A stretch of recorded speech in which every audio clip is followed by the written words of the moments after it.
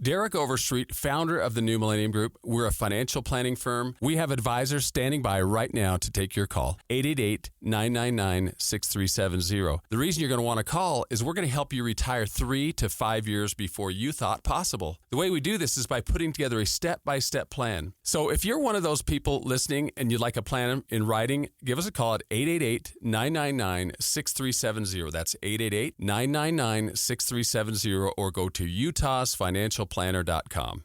Some of the most meaningful jewelry you own isn't new.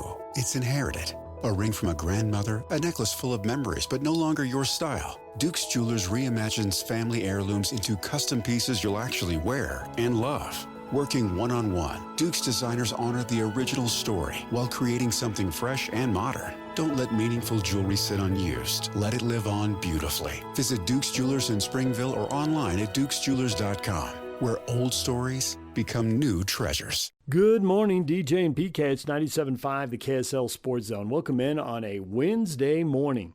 Got some football for you, got some basketball for you. The Aggies introduced a new basketball coach, Ben Jacobson. We'll hear his press conference coming up later this hour. But we're going to start with football because spring ball is underway at Utah and BYU. Morgan Scalley, Utah football coach, meeting with the media. Here he is right here on the Zone. Morgan, week 3, where are we at right now? How are you feeling? We're here at the Eccles Field House. I'm excited with the progress, brother. I'm excited with the progress. You're seeing the offensive line continue to make strides. Defense, I think offense maybe got a little bit better the defense in some of the scrimmage work we did on Saturday. It was good to see the defense bounce back. As long as it's back and forth and not one side is dominating the other, that's kind of what you're wanting to see is competitive football. And the culture continues to be a strong emphasis. But it was good to see Hunter Andrews back out there today and some of these guys getting more reps. So I'm pleased with the progress. 7 down, 8 to go. And it's, some situational work, some 2-minute, some 4-minute, some of that stuff that we're introducing to the guys. But yeah, feel very good about the progress made. What sort of impact is Ryan Gunderson having on that quarterback spot? He's a good one, man. And I've gone against him. So, when we were in the Rose Bowl playing UCLA and DTR was up and down the field on us, and that was, Ryan was a big part of that. So brings a ton of experience, but he's also a pretty good calming influence for those guys when, stuff's hitting the fan. So he's a very good teacher, and you can ask those quarterbacks, how they feel about him. You talk about Hunter Andrews being back with the tight ends. You also have your 2 rhinos in Semi and Sione. Just what do they add to this, tight end room and this offense as a whole? Nastiness, mean, aggressive football, and they're athletic. Just when you think they're just going to pound your face in, they slip out on a slide route, and they've got good hands. You guys watch these guys in individual drill, you're like, okay, don't want to do a one-on-one tackle drill with those guys. I had to do my one-on-one tackle drills versus Ben Moe. I remember that versus Ben. I do not want to do that versus Semi and Sione. Those guys they just add that element of, we're going to run the ball. We're going to run the ball and stop us. How would you assess where your D-line's at right now? Really am looking at Carson Kafusi as a guy that needs to make that jump from that freshman to sophomore. The good thing is that, leadership-wise, he's a pleasant surprise. He's a guy that we didn't necessarily expect to become that guy that has become that guy. The way he works, the way he call guys out. Jair Moa is exactly what we wanted. And he is, he provides a little bit of athleticism and twitch and the ability to slant and do some things with him. Poo-Poo, another guy, freshman to sophomore year, really needs to make that jump. That's where we're going to make our money this year. Offensive, defensive line, how we develop those guys and get them ready for the season. And I would say, Luther and Jordan do a really good job thus far. With the defensive ends, that'll be a solid group. But that's, the offensive line, defensive line, they bring the weather. How they go, we go. How is the offensive line kind of meshing and some of those newcomers who's standing out there? Well, all of them are making progress. You had Obot go down early just with a little bit of an ankle deal, but he's only missed 1 practice. He was back today. He's every bit of that, that we saw in, his recruiting film. Sed's coming along. He's doing a really good job. I mean, Jordan is such a good teacher with those guys, and they're having a lot of fun. You're seeing progress at every single position. So I would say the center position is one that we really got to, we need to be more consistent with the snaps. That affects the entire efficiency of an offense if that ball is high, if it's off target. So, between Alex and Isaiah, we got to get that figured out. Where does Elijah Ellis fit into the linebacker group right now? He's a guy that is athletic enough to rush the edge. You saw the play he made. Were you guys there for that play that he made on the screenplay? Yeah, I think so. Okay. Do you know what a screenplay is? I just want to make sure that you know that. Okay. Anyway, really athletic. Where he made his biggest jump was in the offseason, his strength. Really, really strong. So he's a guy that we could put on the edge, much like his brother Jonah. But man, is he quick from sideline to sideline. A lot of depth of that linebacker room, which allows us to rotate, play with 3 linebacker sets and spread it. So the versatility there is what is pleasing with Tui. Wishon's obviously RB1, but how's the rest of that room shaking out? You're seeing LaMarcus make a ton of progress. Both he and Chavez Soto need to spend every day catching the ball because they can run, they run hard. It's just, you have to have the ability to split out and be versatile so that teams can't just key in on, okay, when he's in the game, he's pass protecting or running, So it's those backs becoming more complete backs. Love what I saw out of Way today.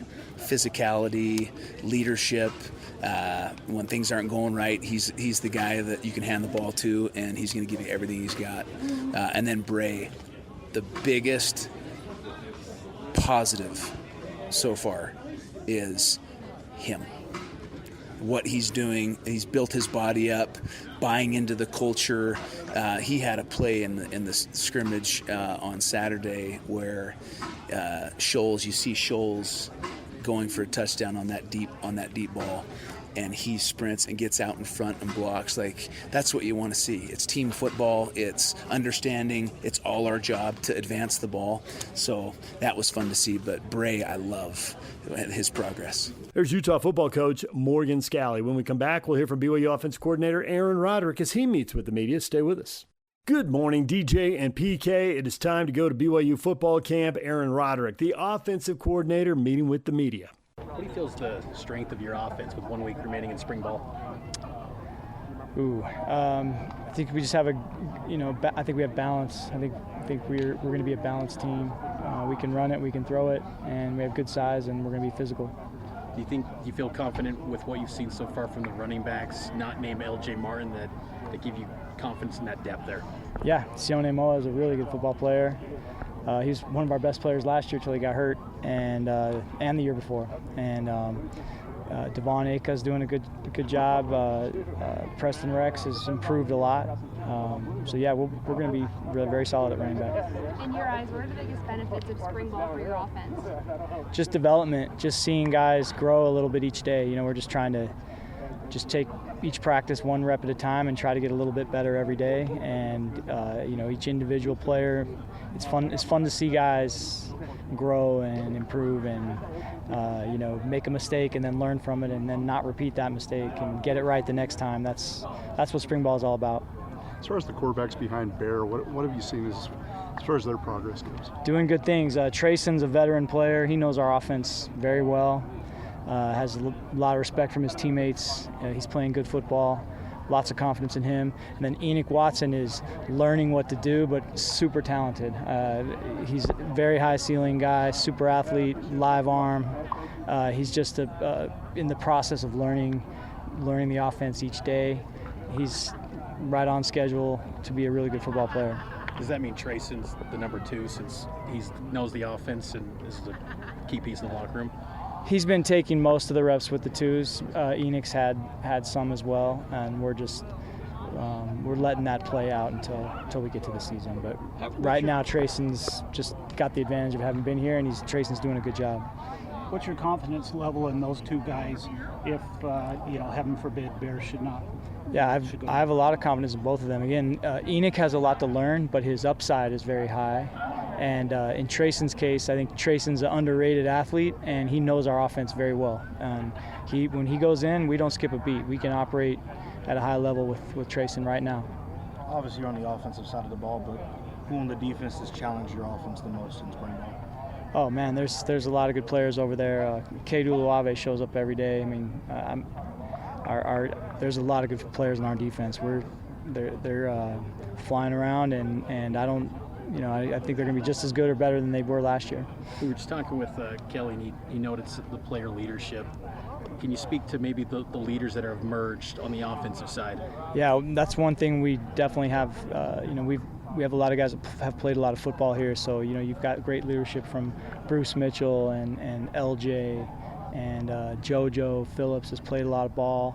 And Bear is a really good leader, and I'll probably forget somebody I should say, but then I'm impressed with these transfer guys too. They're coming from, when you get guys that come from Oregon and USC, they've been in good programs, they've played a lot of football, they know what practice is supposed to be like, they know what meetings are supposed to be like, and so you have Roger and Walker and Kyler. Those guys they're already leaders in our program. They lead by example every day. They're learning what to do. They're learning our offense each day, but. Lots of good leaders on this team. Gentry, there's a bunch of them. Aaron, Speaking about Bruce Mitchell in terms of what his story, defensive line and offensive line, and now being essentially team captain, what's he improved the most at this spring in particular? Bruce, I think what he's improved most at is just understanding defenses better and just anticipating, getting us. Our center gets us going the right direction most of the time. He's making a lot of calls, directing traffic.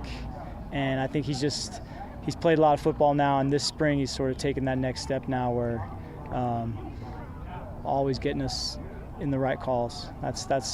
He's always been a good athlete. He snaps the ball well, and now we're taking that next step. Do you feel like the offense going into PRPs and whatnot is ahead of schedule maybe as opposed to last year with Bear having gone through spring?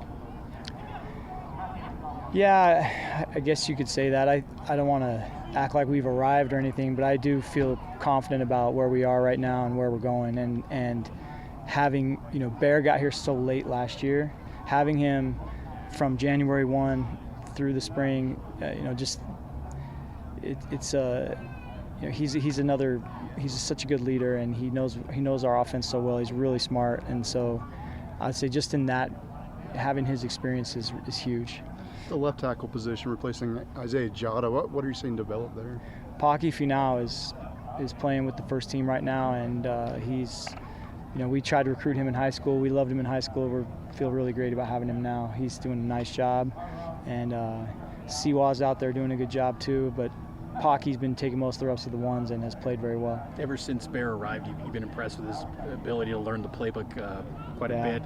How can you maybe give us context of how much it's expanded now heading into year 2 for him, the playbook? Yeah, I mean, he's brilliant. I mean, he's as smart of a kid as I've ever known, period, in life. I mean, he's very sharp.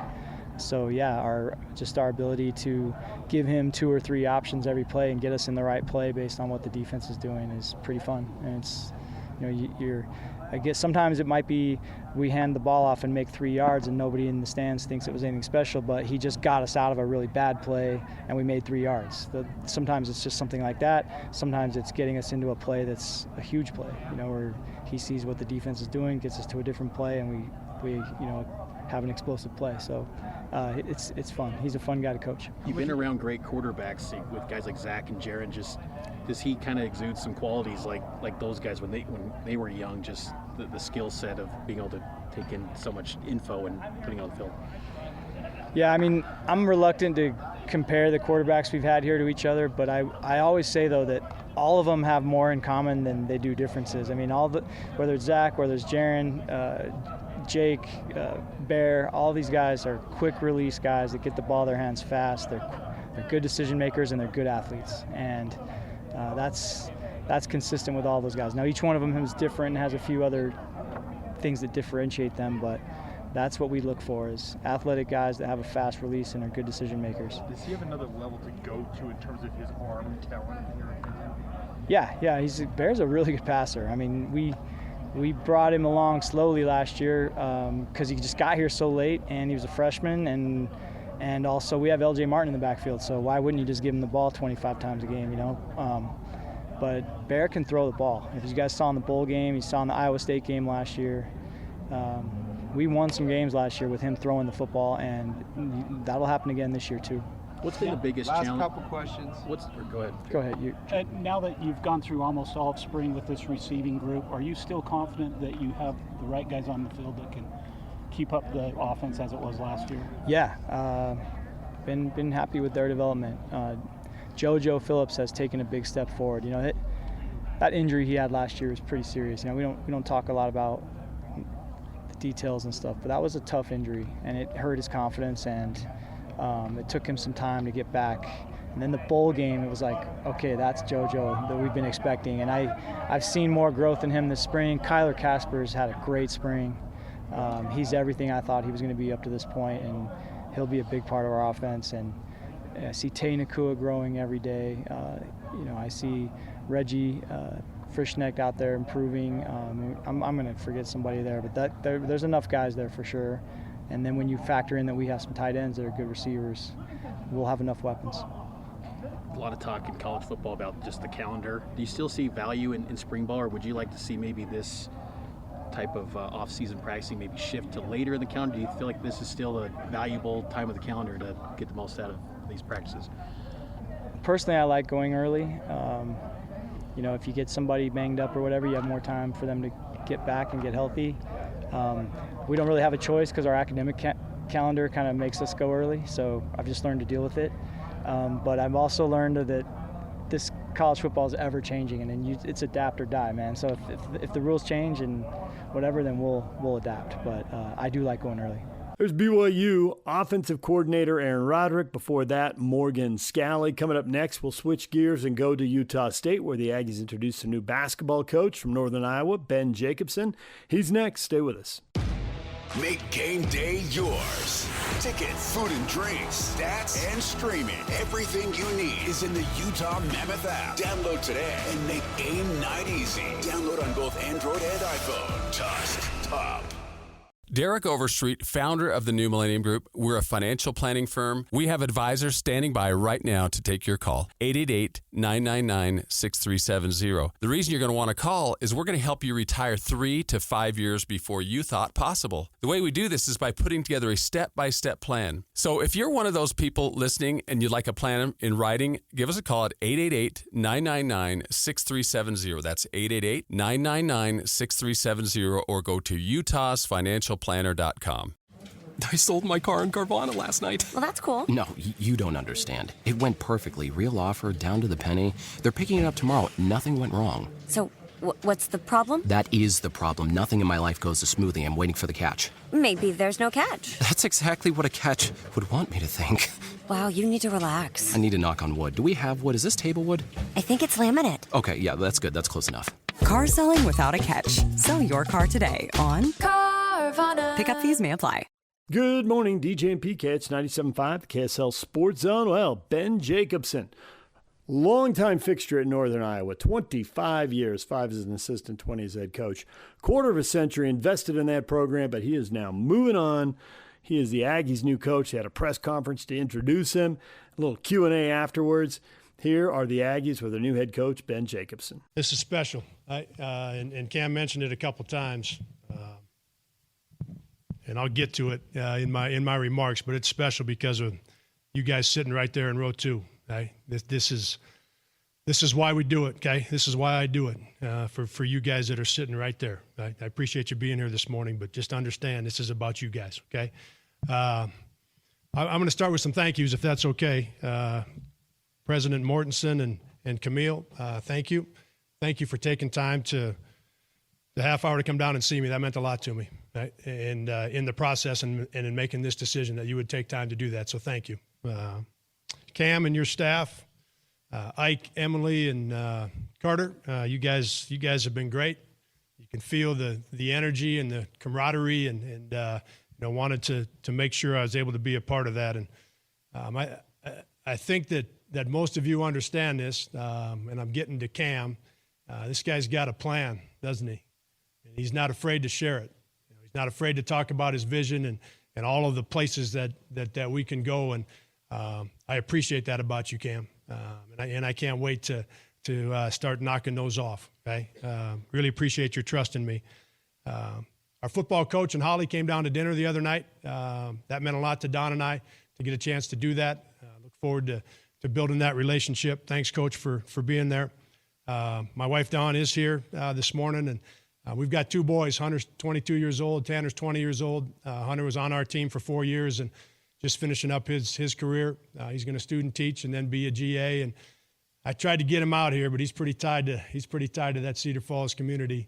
And then Tanner's over at the University of Nebraska, going to business school over there. And their support, some of the conversations that we have had over the last 5 or 6 days have just been tremendous. Obviously, their support means a lot to me, but really proud of those two guys and so grateful and thankful, Don, for what we're doing. Yep, thanks. My mom and dad, I've got 3 brothers and a sister. Mom and Dad, they've been great. I'm gonna tell you, it's been like one of the wildest rides. Hey, I'm 55 years old, and 2 brothers are close to me, and one's about 10 years younger, and then our sister's the youngest. And growing up in our house, it's okay to dream big. And if you wanted something bad enough, you just gotta work for it a little bit, and you can get it. And then just treat people good. Be good to people, right? And treat people well. So those things were with us the entire time, and they've stayed with me in my coaching. And then 2 guys that have meant the most to me in basketball is my head coach, Rich Glass, at the University of North Dakota, and Greg McDermott was my assistant coach at that time, and most recently, Coach Mack was at Creighton. And I think as basketball people, we all understand what's happened at Creighton and everything that they have done. And those 2 have meant a lot to me. They taught me that this isn't about offense and defense. This is about relationships, right? And building those and having them be in a place where you're able to accomplish special things. So I really appreciate about those 2 guys. And then the University of Northern Iowa, right? When, as the president mentioned, being at a place for a long time. When you stay somewhere for a long time, that of course would indicate that it's a special place. Right? They awfully good to Don and I and our family, but just a really special place. I want to thank them today. So why after 20 years, 25 years, what is it? What are we so excited about, and why am I standing here right now? It's I said it, but it's row 2, right? To be able to take on this challenge with you guys and the way in which you've done it already. Okay, so we were the next game, right? After your game with Villanova. And we were standing right there when you guys came off that floor, and the excitement. And of course, after you win an NCAA tournament game, right, there's going to be a little bit of excitement. You're going to be bouncing around a little bit, but you could feel the camaraderie, right, and feel the excitement. And I wanted to be part of that. Cam laid out, and we know it. The tremendous success that we have had here, and you can look at the numbers and you can read them and you can see all of the different things. And wanting to be a part of that, very exciting as well. And what a place to do it, right? Our gymnasium, what a place to do it. I'm going to make sure I get it right, 117 and 21 over the last 9 seasons in our gymnasium. So what a place to be able to do it. And I know a lot of that has to do with the herd.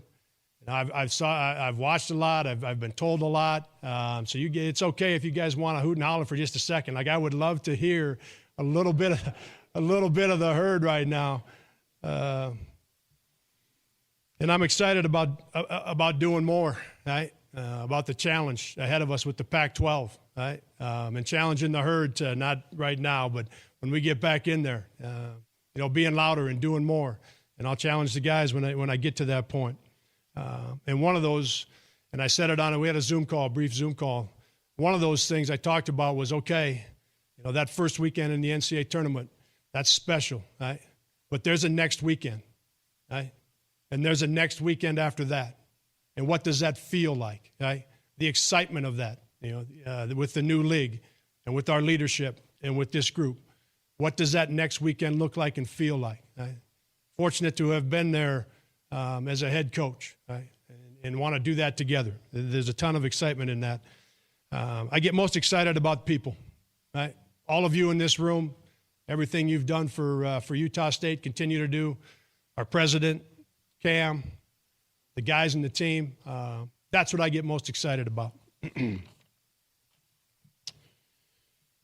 know, I just touched on it in terms of what I'm looking forward to. I've said this a lot. You're going to hear me say it again. I absolutely love coaching. I love coaching. The only thing I love more is being part of a team. I don't know a time for me when I have not been part of a team, right? And that responsibility that comes with it, counting on the guy or gal next to you, right? And knowing that you're being counted on, right?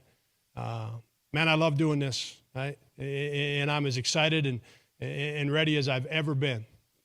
Probably the most ready that I have been in my head coaching career. But I love being a part of a team. There is nothing more special than being part of a team. And I look forward to doing that with everybody. Partnering with the community in the Cache Valley, supporting our other teams, you know, being on campus, you know, getting with everybody and being there for each other as head coaches, that's something I'm really looking forward to. And then the vision laid out by Cam, right? I don't know that, you know, that I make this move at this time, if not for the vision that Cam had, right? The things that we are talking about doing, right? And then knowing, really important for me to know his plan, right? And that we can get that done. And obviously the Pac-12, fellas, let's go get it, huh? There's a lot of excitement. I'm really looking forward to what's ahead for us in the new Pac-12, okay, and what that means and what that challenge is going to be like. Okay, let's go get that thing. And I'll wrap it up with you guys, okay?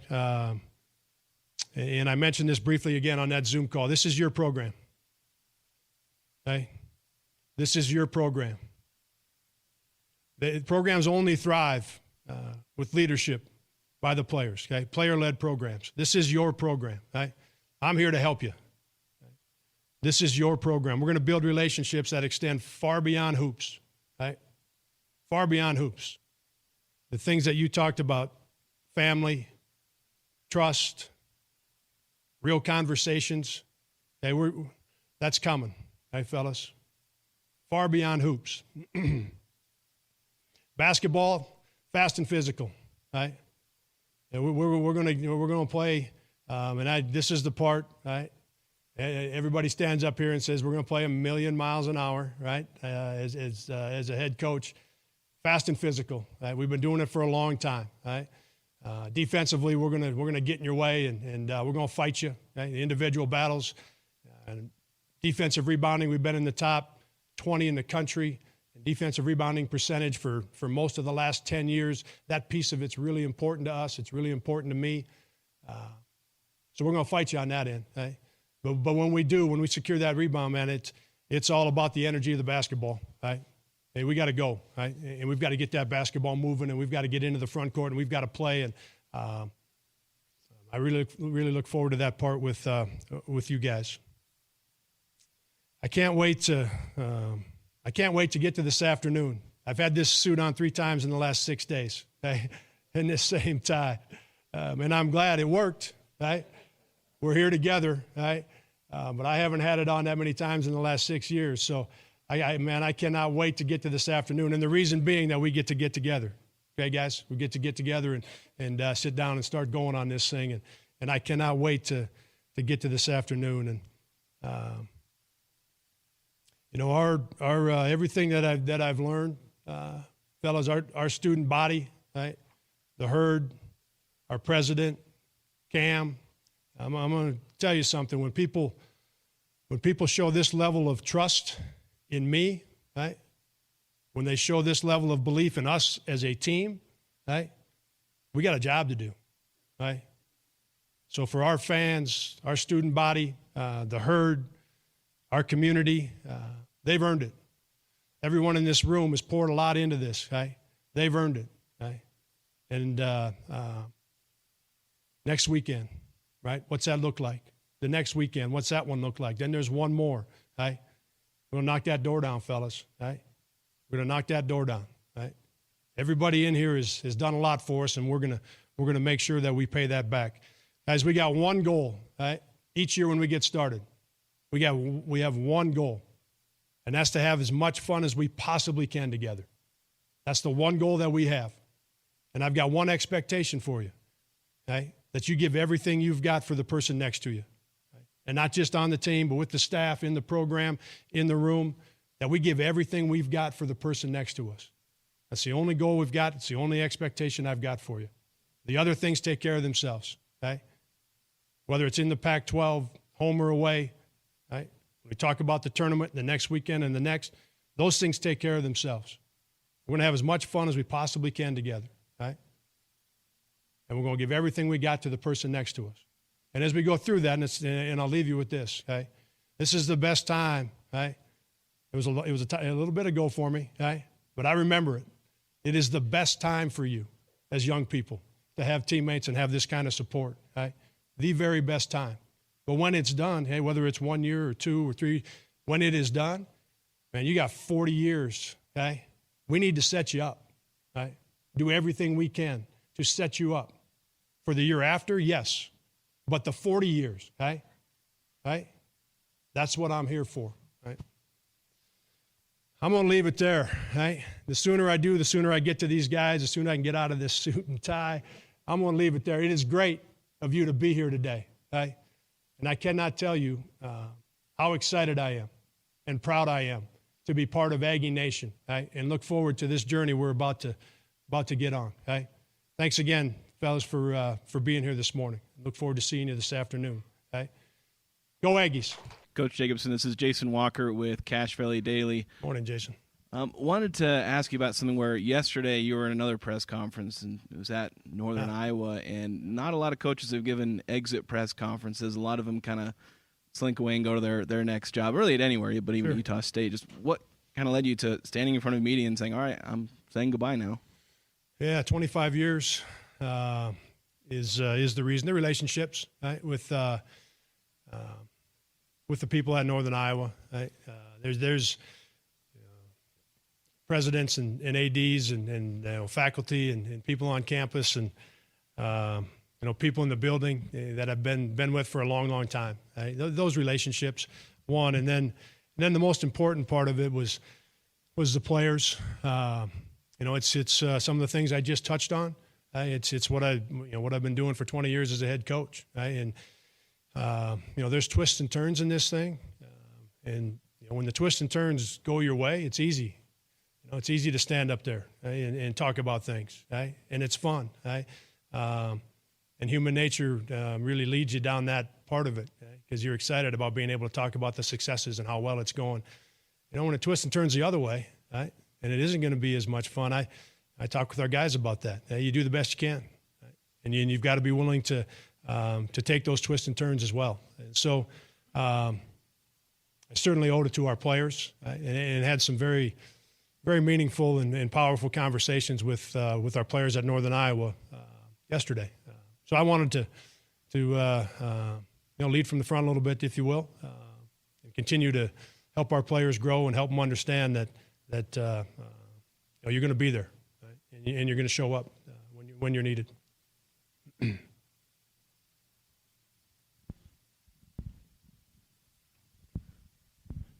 Coach, Brian Priest with KSLSports.com. Morning, Brian. You've talked a lot about just the vision here at Utah State and what Mr. Walker presented to you during the interview process and everything. What do you see as the a 5-year, 10-year plan here at Utah State with the basketball program? Yeah, thanks for your question. Maybe a couple things I would touch on is being part of the new Pac-12. Helping to elevate it, right? Where can we take it to as a league, right? We're going to enter at a certain place, but where can we take it to as a league, right? That being one piece of it. The competitive spirit, right? The competitive part of me. You go into that league with the teams, from the Mountain West, and Gonzaga joins the league, and the others with Washington State and Oregon State and Texas State. fighting for the top of that thing, right? Is what we talked about, right? And something that, as we have seen here, right? We've got everything in place to do that. And how far can we push it, right? And then you take it to the next step of, the seed this year. I don't know. I do know. I was going to ask you, fellas, how you felt about that 9 seed. But I do know, right? And I know on a couple of fronts. I've watched you guys play for a couple of years. So I know, right? At Northern Iowa, we also had the same thing show up, a 9 seed. I haven't seen a group not smile and clap. Okay, so I do understand. So I say that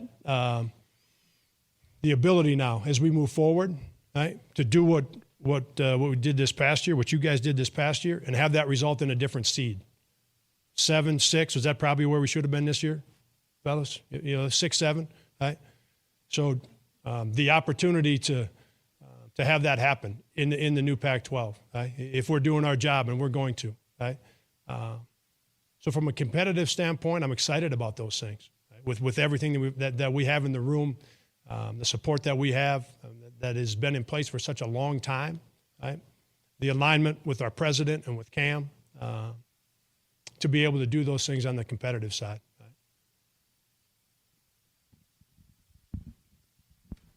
Hey, Coach, Mark Greenwood with the Utah Statesman. One thing you've done really well the last couple of years is roster retention.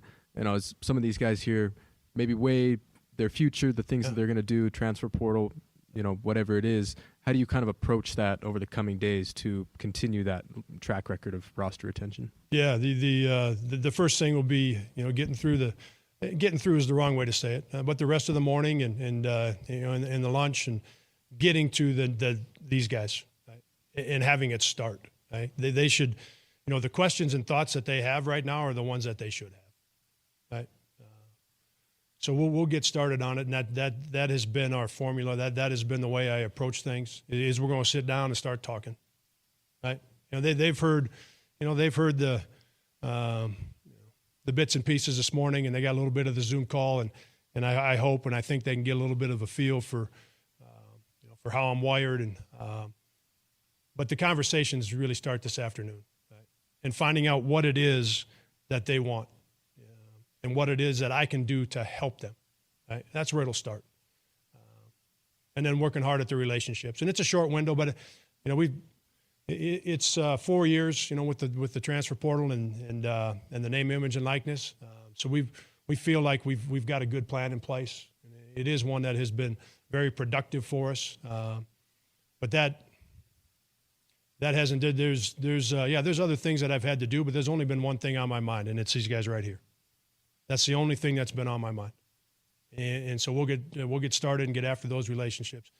It has been and will continue to be the most important thing with our basketball program is these players feeling great about continuing to be at Utah State.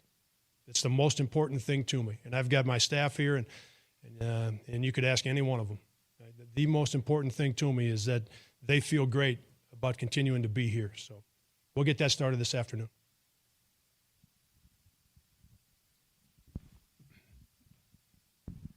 Hey, Coach. Eric Franson with 106.9 The Fan. Yeah, good morning, Eric. You had a stretch at Northern Iowa about 10 to 15 years ago where you were regularly in the NCAA tournament or regularly in the postseason and then kind of went away from that. Yeah. And you've recently started to get back into that form. Maybe walk us through just what it took to get there and the challenges of maintaining that success, having it go away from you, but then getting a team back into that field again. Yeah, it's what I love about what we're talking about today. Sustaining consistency is the hardest part of greatness, and to know about, but also read about and look at the numbers of what has been accomplished here. Man, that's a challenge when you get there, right? To do it again and do it again and do it again. It's a challenge, right? But one that I've always been excited about.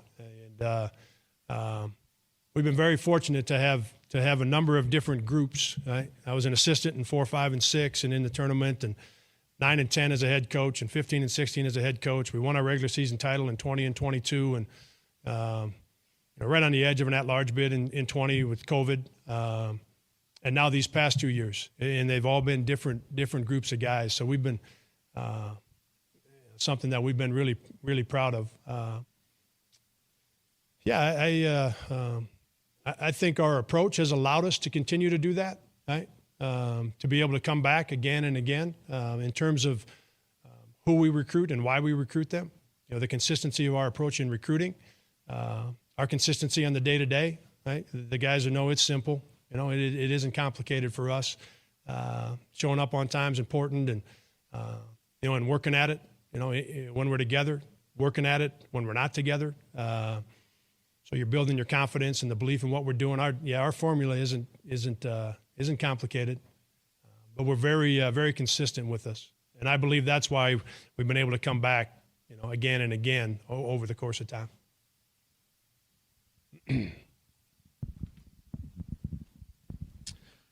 Hey, Coach, it's Carson Frost with the Herald Journal.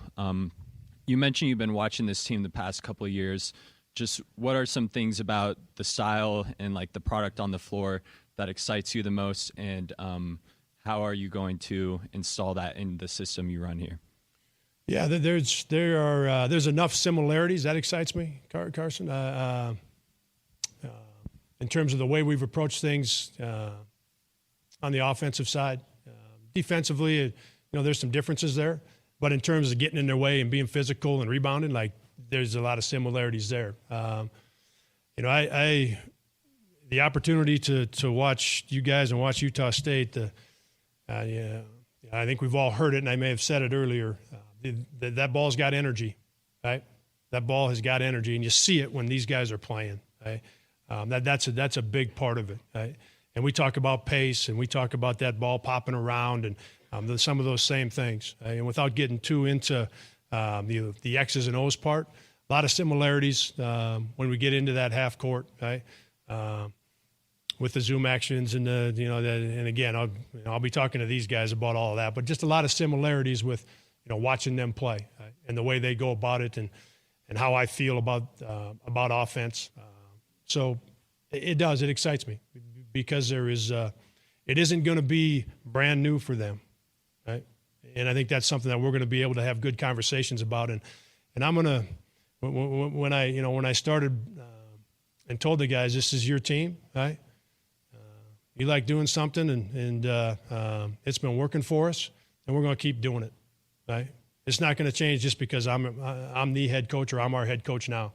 You guys have been together, and if there's things you like doing that are working for you, we're going to keep doing them, right? I can adjust. I've been doing this a long time, right? Seen a lot of offenses and seen a lot of defenses. I can adjust, right? And I'm excited about that part as well.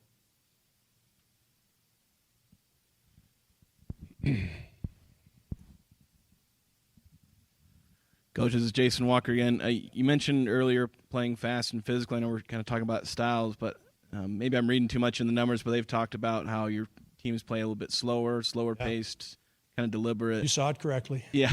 Is there kind of a change in style, or is there an aspect to when you say fast and physical that isn't necessarily showing up in the numbers? Yeah, so I'll just use this year as an example, and there's we've gotten that over the years. Part of the lower possession games and that pace comes from our defense. Our defense has been good, and some years it has been great, and when it is, it takes the other team a little longer. The hope is they aren't coming down and they're shooting it in 7 seconds because they're open. Are you following me? So when people talk pace and the tempo, and they think just offense, right? Well, when our defense is really good, it takes them a little longer. So that by itself takes some of the possessions out of the game. And then I've always loved the other side of it. And I'll get to this year here in a second, but I've always loved the other side. We hear that a lot, with our offense, and then we'll play somebody and they'll be like, whoa. And the conversation will be similar, like, well, I see these tempo numbers, and you just went out and you're throwing it up and you're shooting 3-5 seconds into the shot clock. Whether it's an opponent or maybe a fan. So those numbers don't tell the entire story. We're going to play in transition, right? And we're going to find that shot before the defense gets set. Now we're going to execute if we don't get the one that we like, but I trust these guys. They're going to go find one, right? and they're going to have the freedom and confidence to go do that. Okay? This year specifically, our starting two guard and our backup point guard, both were hurt for most of December. And at that point, we're a little shorthanded. And our best opportunity we had, the Wichita State at home and Tulsa in a tournament, and we're going to St. Mary's. Our best opportunity to be successful in those games was to be deliberate with the two injuries to our backcourt, right? So it just changed our dynamic from a roster standpoint. And when they got back in January, we lost our starting power forward for about 4 or 5 weeks. So we stayed there a little bit. But if you anybody watched the Valley tournament at all, we won 4 in 4 days. And if you watch those last 3 games, I don't know if the guys had a chance to peek at it or not, but you're going to love it. Right? That thing is moving. Right? So you're right in what you read. There's a part of it that I like. Because once that game starts, like there's no hiding then. Right? Now, you can see these numbers. Once the game starts, there's nowhere to hide. Right? We know what we're going to do. Right? But there's nowhere to hide once that game starts. So great question. Hi, Coach. ATV News, Erica Mejia. In executing that plan of high expectations, what is your delivery in executing those high expectations? Yeah, I think my experience as a head coach and doing this for a long time helps with that. So that it isn't something that I'm ever going to shy away from. And then working with the guys to understand that there is no expectation of being perfect. I think there's times when you have high expectations, that a feeling of, man, I've got to do everything right. We've got to be perfect. That's never going to be a part of it with me or with our guys or with our program. Right? And then the ability to handle those twists and turns. Right? Because you're able to get there if your day-to-day is really good. Right? Your habits and your routine are really good. You care about each other a lot. You're able to get to where those high expectations, where that bar is set. For me, it all comes back to the day-to-day and the relationships. Right? That we're doing it and we're working on those relationships, and we're working really hard at basketball, and we're doing it each and every day. Right? So I do. I think my experience in the games we've played that I've been a part of as a head coach has certainly helped us when it comes to tackling some of the high expectations. All right, there's Ben Jacobson, new head coach at Utah State. We're going to take a break. When we come back, what is trending? The headlines are next. Mom, can you tell me a story? Sure. Once upon a time, a mom needed a new car. Was she brave? She was tired, mostly. But she went to Carvana.com and found a great car at a great price. No secret treasure map required. Did she have to fight a dragon? Nope. She bought it 100% online. From her bed, actually. Was it scary? Honey, it was as unscary as car buying could be. Did the car have a sunroof? It did, actually. Okay, good story. Car buying you'll want to tell stories about. Buy your car today on Carvana. Delivery fees may apply. It's time to get your morning started with the news you need to know. News update. This is what's trending with DJ and PK. Hashtag Utah Jazz. Even though I'm in my second year, I'm still a young guy in this league, and I still have a lot to learn. So obviously there's X's and O's that I learned from the coaches, from the older players like Jaren and Lowry and Irk. But there's also that mental component where that's just something I have internally for myself that I want to work on and grow in over the years. 6 more games of learning and growing, PK. That's all that's left in this season. There's Kyle Filipowski talking about that process. Next year it'll be learning and growing, but winning. But right now there's 6 games left in this season. And the Jazz play one of the 6 tonight against the Denver Nuggets, a team they just threw a scare into, led with 3 minutes to go, and then fell apart as they sat a bunch of guys who might have helped them win the game. We'll see how it goes tonight, 7 o'clock. See if they can throw another scare into the Denver Nuggets. And then there will only be 5. Thank goodness.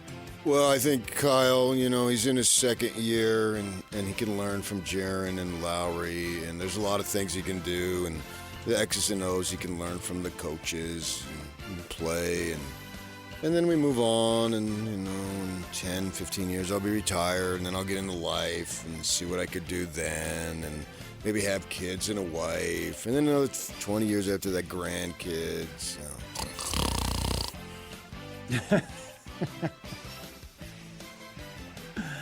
Tip-off tonight at 7 o'clock, pregame at 6, and the post-game press conference that PK will definitely be looking forward to. Should get going around 9:30, 9:45 at the latest.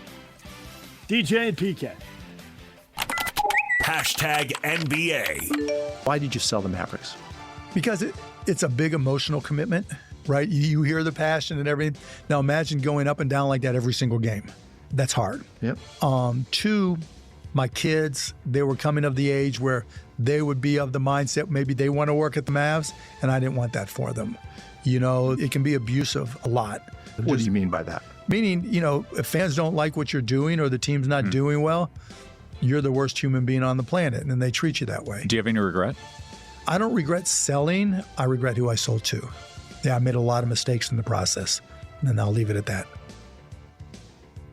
Yeah, I'm not sure I believe that, PK. I don't know if he's going to leave it at that. He's going to get asked about that again, and he's a good interview. I wonder if we're going to hear more about that down the line. But he sold them, and then they traded Luka, and now they're trying to build a new arena downtown, and we'll see how they do under the new regime. Mark Cuban has his regrets. Sing it. Oh, who is he to decide what his kids can and can't do? Apparently, he's the parent who sold the team so they couldn't work for him. That's who he is. Well, I hope they go get jobs working for him still. That's what they want to do. He's the worst person on earth. Get off social media. There you go. Hall of Fame has been announced. Mark Few, Gonzaga men's basketball coach. One of the names going in. Amari Stoudemire, Doc Rivers, Candace Parker, some of the other big names. Elena Delle Donne from UConn. So there you go. No Dick Motta into the Hall of Fame, though. You just put her at UConn? She went to Delaware. Thought she went to UConn. Can you look it up where you are? Is it easy? I could. To keep looking stuff up? She's a blue hen. Yeah. She's a blue hen, my bad.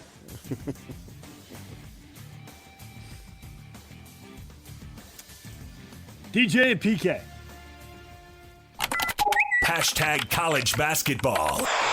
When there's a situation like this, everybody has to cover. Let's put it that way. And so I'm at peace with how I left. I'm at peace with what we did. And look, I mean, they're pretty mad for a coach they didn't think was very good.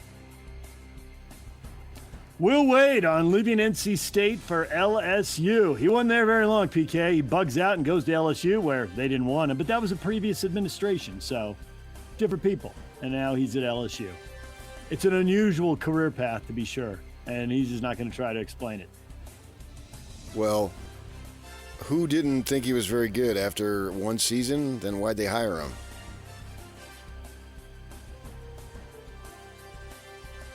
I guess they thought they were going to win big right out of the gate, just add water and stir, and presto. Oh, yeah, NC State. Yeah, they win big every year, don't they? That's pretty much their rep. Not really. UConn coach Dan Hurley, who does win big most years, said his highly publicized head-to-head contact he had with the referee in the final moments of the win over Duke was because he thought the veteran referee was looking to chest bump him to celebrate. Says he didn't hold any ill will against Roger Ayers, and he likes him as an official. Why would an official celebrate? I don't know. They usually just walk off the floor. Yeah. Coming over to check the time on the clock, which is what Hurley said he was doing. Told him later. Yeah, 3/10, but it might be 4. So they got to look at it. It's another bizarre moment with Dan Hurley on the sideline.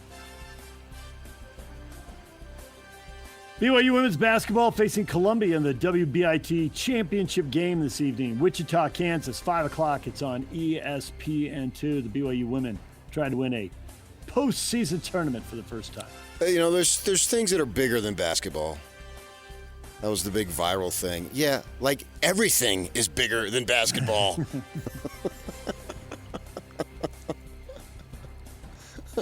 I would need 4 days before I stopped finding things that were bigger than a basketball game. See, there's life and there's death. There's health and there's illness. Let's compile a list. We got a little bit of time. Even when you get way down the list, how about this one? And these are 2 guys who lived in Southern California, but beach or basketball? You can only have one for the rest of your life. Which one would you keep and which one would you give up? Well, I've never had any reason to give up basketball because I've never owned it. DJ and PK. #NFL. I just feel like he's the guy that's going to lead us to the promised land. He's the guy that's going to touch the ball more than anybody else on offense. And listen, I know he had his struggles, and I think a lot of quarterbacks, they have their struggles. If you look at over the last 5 years, the guy that's thrown the most interception. I mean, the top guys are up there. I'm pretty sure the Rams lobbied for that game. I know for a fact they did. Yeah. Because it's so bothersome. Yeah. So hopefully the league will do right and let us play the Rams in Mexico, since we got to go out of the country twice, and they requested us. I'm requesting them in Mexico. Oh. Not that gives us an advantage. It's just fair to make them go out of the country. That's 49ers coach Kyle Shanahan. Not happy with the international travel the Niners are facing. The Rams game's going to Australia. He says the Rams lobbied for it. They always have videos after the Niners play the Rams of 40, 50, 60,000 Niner fans in Los Angeles. So they said, take it to Australia, and that's where they're going for the opener. And he doesn't like 60,000 Niner fans? I see wild and crazy. Yeah, wild and crazy. 60,000 in SoFi? Okay, 50, not 60. They don't like the overwhelming Niner turnout there. It holds 70,000 people. Okay. Wow, the Cardinals are rejoicing if that were the case. They also had massive crowds when they played in the Coliseum, and I don't know what the Coliseum held when they played there, but I saw snapshots from there too. It's an overwhelming Niner crowd. There is so much red. And the Rams won out, and they're out. Jets coach Aaron Glenn on Geno Smith, leading them to the promised land, which I assume the Jets define the promised land not as a Super Bowl, but a wild card playoff berth just to get back to the playoffs. It's been a long time for them.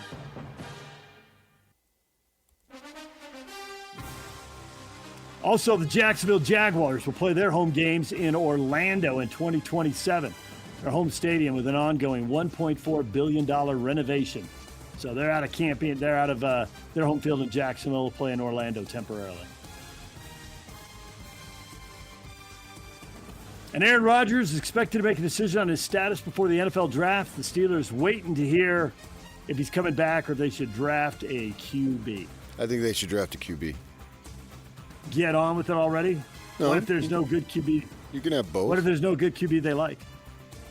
Trade up, pry that pick away from the Raiders? Well, I mean, who drafts somebody they don't like? That doesn't make any sense. I thought that was understood. Yeah. Well, I'm a little surprised that they would draft a QB. But maybe there's somebody they like. It's not a highly touted class, but that doesn't mean that one of these other guys isn't going to be really good. So maybe they got their eye on somebody. Right. DJ and PK. #college football. Some dinosaurs figured out how to continue to adapt and some died. And I guess that's a little extreme, but I think it's kind of the way it is in college football. The people who know how to adapt are going to continue to move on, and the ones who don't, they die. And so as frustrating as it all is, as much as we all want to just pull our hair out and throw our hands up and realize that this is all extremely crazy, and even being with some of the NFL personnel last Wednesday when they look at you and say, you are insane to be in college football. They're right, but either you adapt or you die. That's Ohio State football coach Ryan Day with the rare dinosaur analogy. That was different. No cliches there. Yeah, you're at Ohio State. Hey, boss, I need another $3 million. Okay, we probably can't get it to you till 8:30. Can you survive? I mean, come on. It's so easy for him to say that. Yeah, adapt or die. He's not raising money at some of the other schools. Yeah, he didn't lose a quarterback to LSU and a 1,000-yard rusher to Texas. Right. Yeah. Life at Ohio State, Notre Dame, LSU, and Texas is different than life at Arizona State or Utah or BYU or Rutgers or a million other schools we could mention. It may not be unlimited cash, but it's the next best thing. It's Ohio State. Well, it's as much as anybody else has, and it has been for decades. Yeah. And I was reading a story yesterday. You know, Kyle was saying the money would go up. Did he say 5 or 10%, or did he say 10 or 15%? He said 15 to 20. Yeah, 15 to 20. So it'll be interesting to see, because I guess the last 2 years I was reading that it's basically, depending on where you are, it's doubled in 2 to 3 years, which maybe 20% compounding won't quite get there, but holy cow. Look at you and your financial mind throwing down the word compounding. You've been a money guy your whole life. Good for you. DJ and PK. Hashtag Major League Baseball. Hashtag golf. Tiger Woods pleading not guilty to charges associated with a rollover accident late last week issued a statement saying, "I know and understand the seriousness of the situation I find myself in today. I'm stepping away for a period of time to seek treatment and focus on my health. This is necessary in order for me to prioritize my well-being and work towards lasting recovery. I'm committed to taking the time needed to return to a healthier, stronger, more focused place, both personally and professionally. I appreciate your support and understanding and ask for privacy for my family, loved ones, and myself at this time." So, well, I certainly wish him the best, but, he can just recycle the last one that he read. Yep. Another rollover accident. Again, there's allegations of prescription medication. And I have no idea what he must be going through. Any form of addiction, I have sympathy for every single person who's doing it because I never have had to do it. And I can't relate to it, but obviously it's an issue. So my heart goes out to him and, of course, his family and everybody involved. DJ and PK. Hashtag Major League Baseball. Major League Baseball Players Association carrying a war chest more than 2 times larger than it did at the same point ahead of collective bargaining with Major League Baseball in 2021. They've accumulated over $400 million by the end of 2025. And they got another year to put some more money away, just in case we don't have baseball in 27. Well, doesn't that incriminate them? If they're so worried about the money and so forth, and they have all this money, why would they be worried about the money? Because they got so much. Everybody's got a lot, and they want more, I guess. And they don't want a salary cap. Doesn't make much sense to me. I mean, Shohei is going to get more money? Or is he going to get less money? Is there a chance that being so prepared will help everyone? Because you heard, well, we've all heard for a long time 2027 is in trouble, but you were hearing someone, I think you said it was Steve Phillips, the former Mets GM, who's now doing broadcasting, was saying that they've got such a good thing going. There's so much money that they'll stare each other down, but at the end, they won't be crazy enough to blow up a season. And maybe if both sides know the other side's prepared to sit for a long time, that makes them more willing to come to a deal because they don't want to sit for a long time. Can you spin that as a positive? This is going to help lead. Sure, but you're getting egos involved, and I'll show you. That's true. And then it becomes, if you have that much money, then your ego could be even bigger. If you're not really, if you have a lockout or whatever you call it, a strike, whatever, but it has no effect on my financial life, then who cares? Shohei Ohtani tossing 6 scoreless innings, striking out 6, giving up 1 hit. He gets his first start. The Dodgers beat the Cleveland Guardians 4-1. Max Muncy with a homer. It's the Dodgers dominating. Wash, rinse, repeat, except it is Shohei. Yeah, 6 innings. I was watching some of that.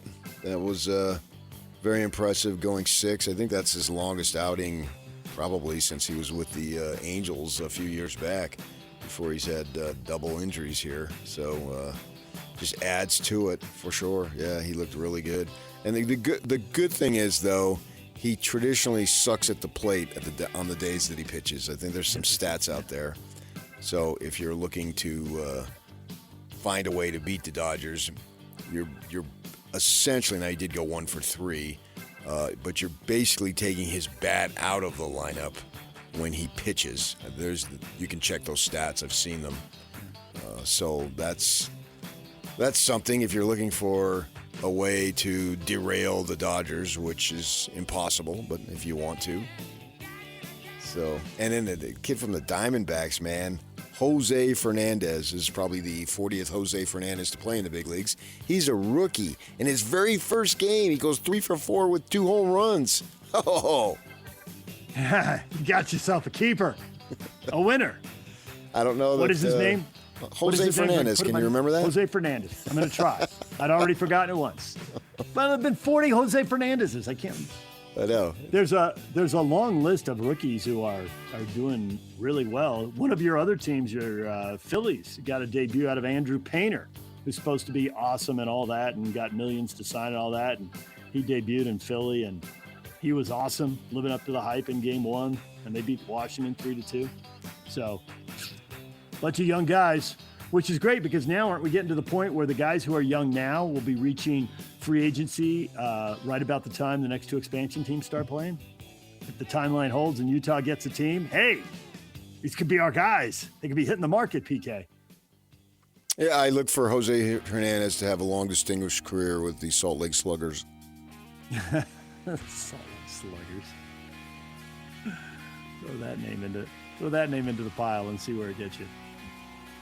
The Bees won their first game. They opened up with a 13-5 win over Sacramento. Game 2 tonight at the ballpark at America First Square, 6:35. You can listen on 1280 The Zone starting at 6:20 tonight. That is what is trending. It's brought to you by Shamrock Plumbing. There's no job too big or too small. Get the personal touch with Shamrock Plumbing. DJ and PK coming up. Got the question of the day next right here on The Zone. Later in the show, Tim LaComb, Jazz analyst at 8:30. Mitch Harper, BYU insider for KSL Sports at 9 o'clock. Plus, it's a Win Tickets Wednesday. We'll be giving away concert tickets coming up in the 8 o'clock hour. Stay with us right here on The Zone. This is JJ and Alex. I got this. Jared Weiss covers the NBA for The Athletic. It's clear that they need to do something. I don't know if what they need to do is necessarily change the way the lottery works, but rather maybe to give the commissioner more power to make ad hoc decisions, like to be able to find teams or punish teams way more severely than they already have done. Ideally, I think that's where you'd want to make the changes. So therefore, you can kind of like put out these fires when they happen without taking away the competitive balance thing. It's going to change. Hopefully, it will at least restore a little bit of faith in people's perception of the game, which is already right now really, really in trouble between that and Kalshi and Polymarket and all these betting companies exploding. Like, the league has a credibility issue. It's not a 5-alarm fire, but I can hear the alarm. I'm sure you guys can hear the alarm right now too, and they got to do something before it gets louder. Catch JJ and Alex afternoons from 3 to 7 on 97.5, the KSL Sports Zone. Meet Christine. She loves shopping. And this is the sound of fashion overload. Too many fabulous things, not enough space. So Christine started selling with The RealReal. I've always loved collecting designer pieces. Gucci bags, Prada heels. But my style keeps evolving. Selling with The RealReal? Game changer. I earn more, and they do everything. Seriously, just drop off your items or schedule a pickup. We handle the photos, descriptions, pricing, even shipping. You just sit back and watch your items sell fast. To our 38 million members. And I get peace of mind knowing I earn more selling with The RealReal than anywhere else. Exactly. That's the sound of your closet working for you. The RealReal. Earn more, save time, sell fast. And right now, you can get an extra $100 site credit when you sell for the first time. Go to TheRealReal.com to get your extra $100. TheRealReal.com. That's TheRealReal.com. Make game day yours. Tickets, food and drinks, stats, and streaming. Everything you need is in the Utah Mammoth app. Download today and make game night easy. Download on both Android and iPhone. Tusk Top. Derek Overstreet, founder of the New Millennium Group. We're a financial planning firm. We have advisors standing by right now to take your call. 888-999-6370. The reason you're going to want to call is we're going to help you retire 3 to 5 years before you thought possible. The way we do this is by putting together a step-by-step plan. So if you're one of those people listening and you'd like a plan in writing, give us a call at 888-999-6370. That's 888-999-6370, or go to utahsfinancialplanner.com. Hey, sweetie, your mother showed me this Carvana thing for selling the car. I'm going to give it a try. Wish me luck. Me again. I put in the license plate. It gave me an offer. Unbelievable. Okay, I accepted the offer. They're picking it up Tuesday from the driveway. I haven't even left my chair. It's done. The car's gone. I'm holding a check. Anyway, Carvana, give it a whirl. Love ya. So good, you'll want to leave a voicemail about it. Sell your car today on Carvana. Pickup fees may apply.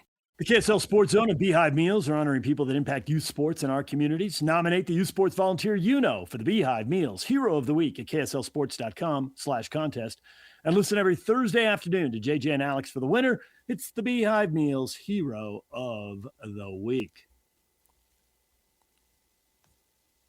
DJ and PK, the question of the morning, brought to you in part by Doug Gottlieb. Showed up on Colin Coward's podcast and said there's never been a person that's ever been tampered with more than AJ Dybantsa. Ryan Smith tampering with him. He'll be the number one pick no matter what. Let's hear the bite from Doug Gottlieb. Is that if the Utah Jazz have the number one pick, they're taking AJ Dybantsa. How do I know? He went to Utah Prep, which is funded by Ryan Smith. He went to BYU, which is funded by Ryan Smith. Ryan Smith owns the Utah Jazz. If you want to call something tampering, there's never been a person that has ever been tampered with more than AJ Dybantsa to end up with the Utah Jazz. Ever, ever, ever in the history of anything. Everybody knows it. Everybody. They're drafting AJ Dybantsa. What the hell is he talking about? Yeah, well, they got to have the number one pick, don't they? Isn't he going to be gone? Well, even if you didn't push forward one dime towards this man, young man, if you have the number one pick, you're going to take him. Yeah. And I don't know that he funds BYU. I would be surprised. I'm just saying, David, there's a higher power who funds BYU. I would be surprised if there's a bunch of canceled checks with Ryan's name all over. No, you're dealing cash. Don't you know that? Cash. Bitcoin. Pay him in Bitcoin. Where I come from, you deal in cash. There's a reason why they're called bagmen, gentlemen. Yeah. There it is. You don't deal in checks. Who writes a check anymore? That leaves a paper trail. You don't want that. Exactly. No paper trail. You Venmo everything anyway. You don't checks.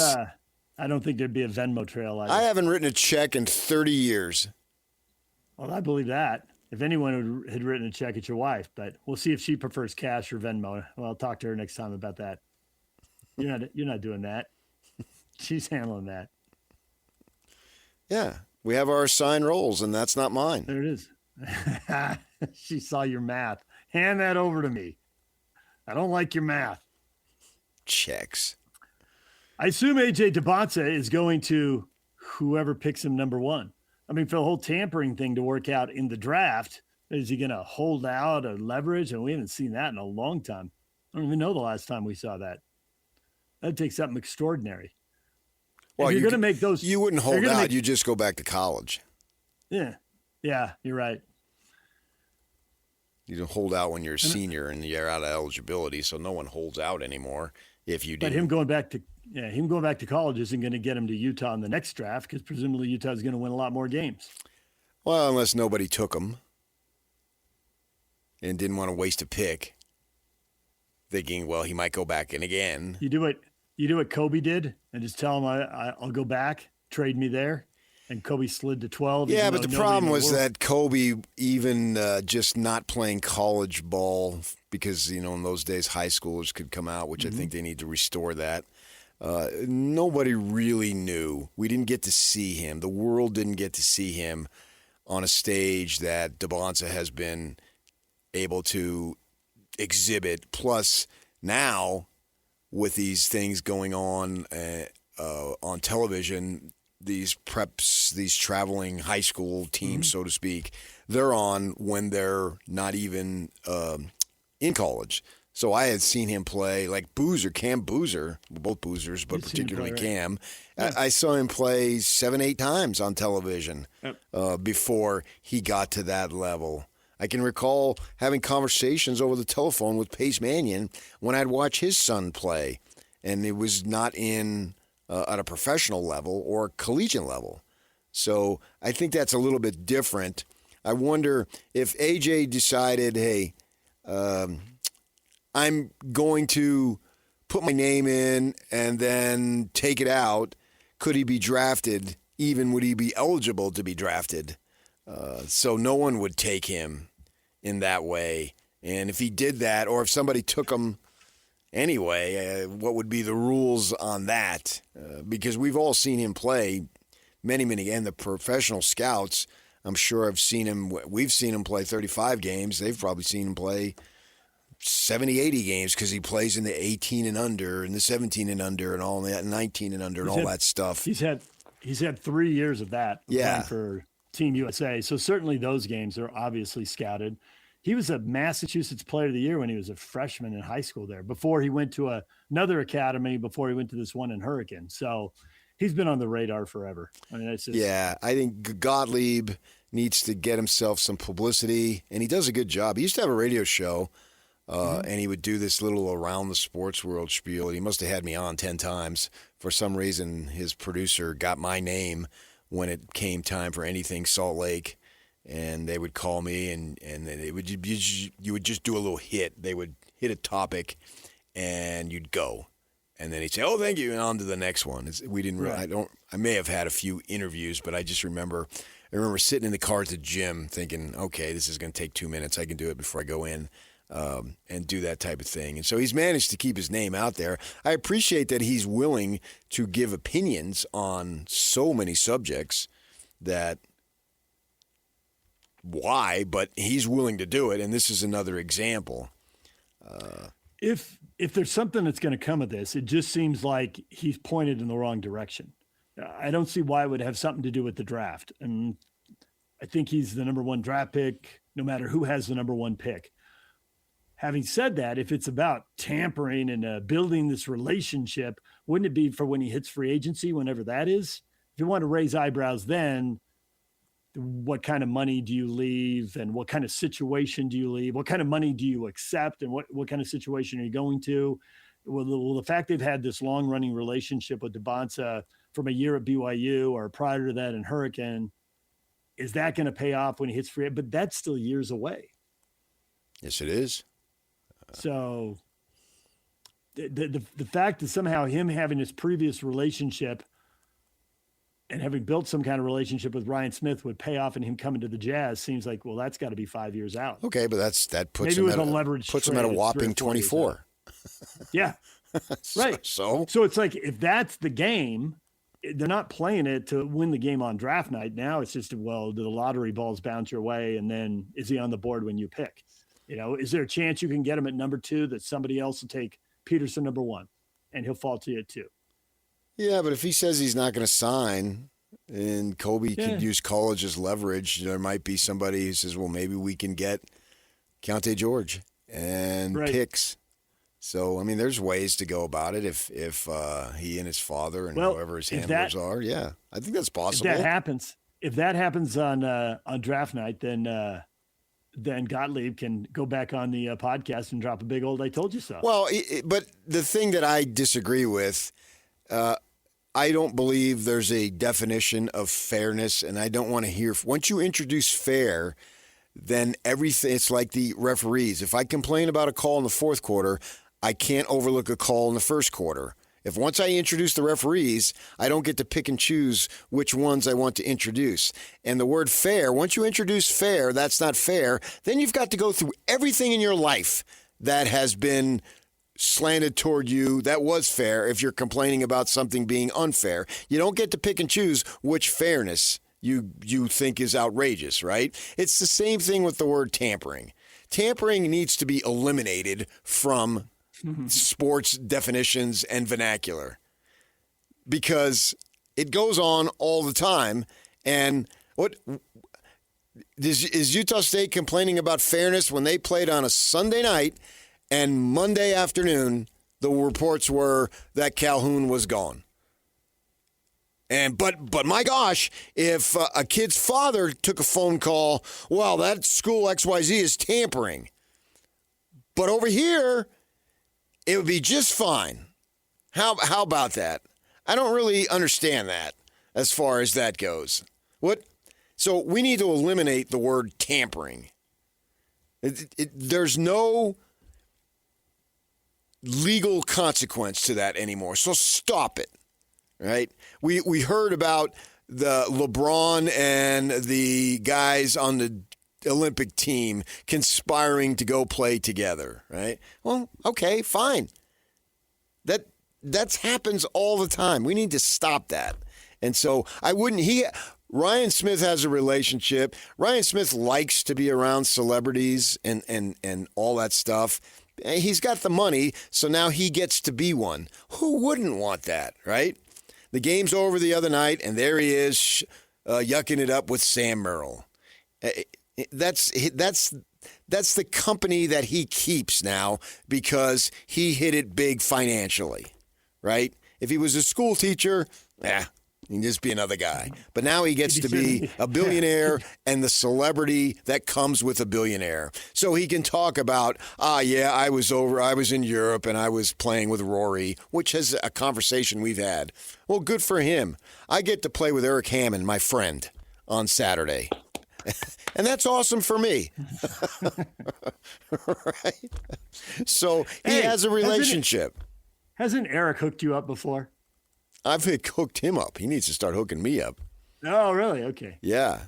And like today, he's supposed to play Black Desert, and I don't feel bad for him that it's raining down there. How hard? I don't think the heavy stuff's going to come down for a while now.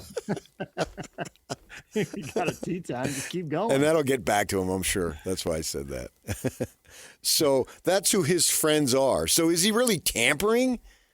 No, he's got a relationship with the guy. That's not tampering. And we're going to act like that doesn't exist and some rule and some bylaw should prevent that? That's ridiculous. Once upon a time, Gordon Hayward had a relationship and ended up playing for the Celtics. Right, and that came to pass, and that was 9 years. Yeah. So, it didn't work out. Obviously, he got the injury, and then they got players who were better than him.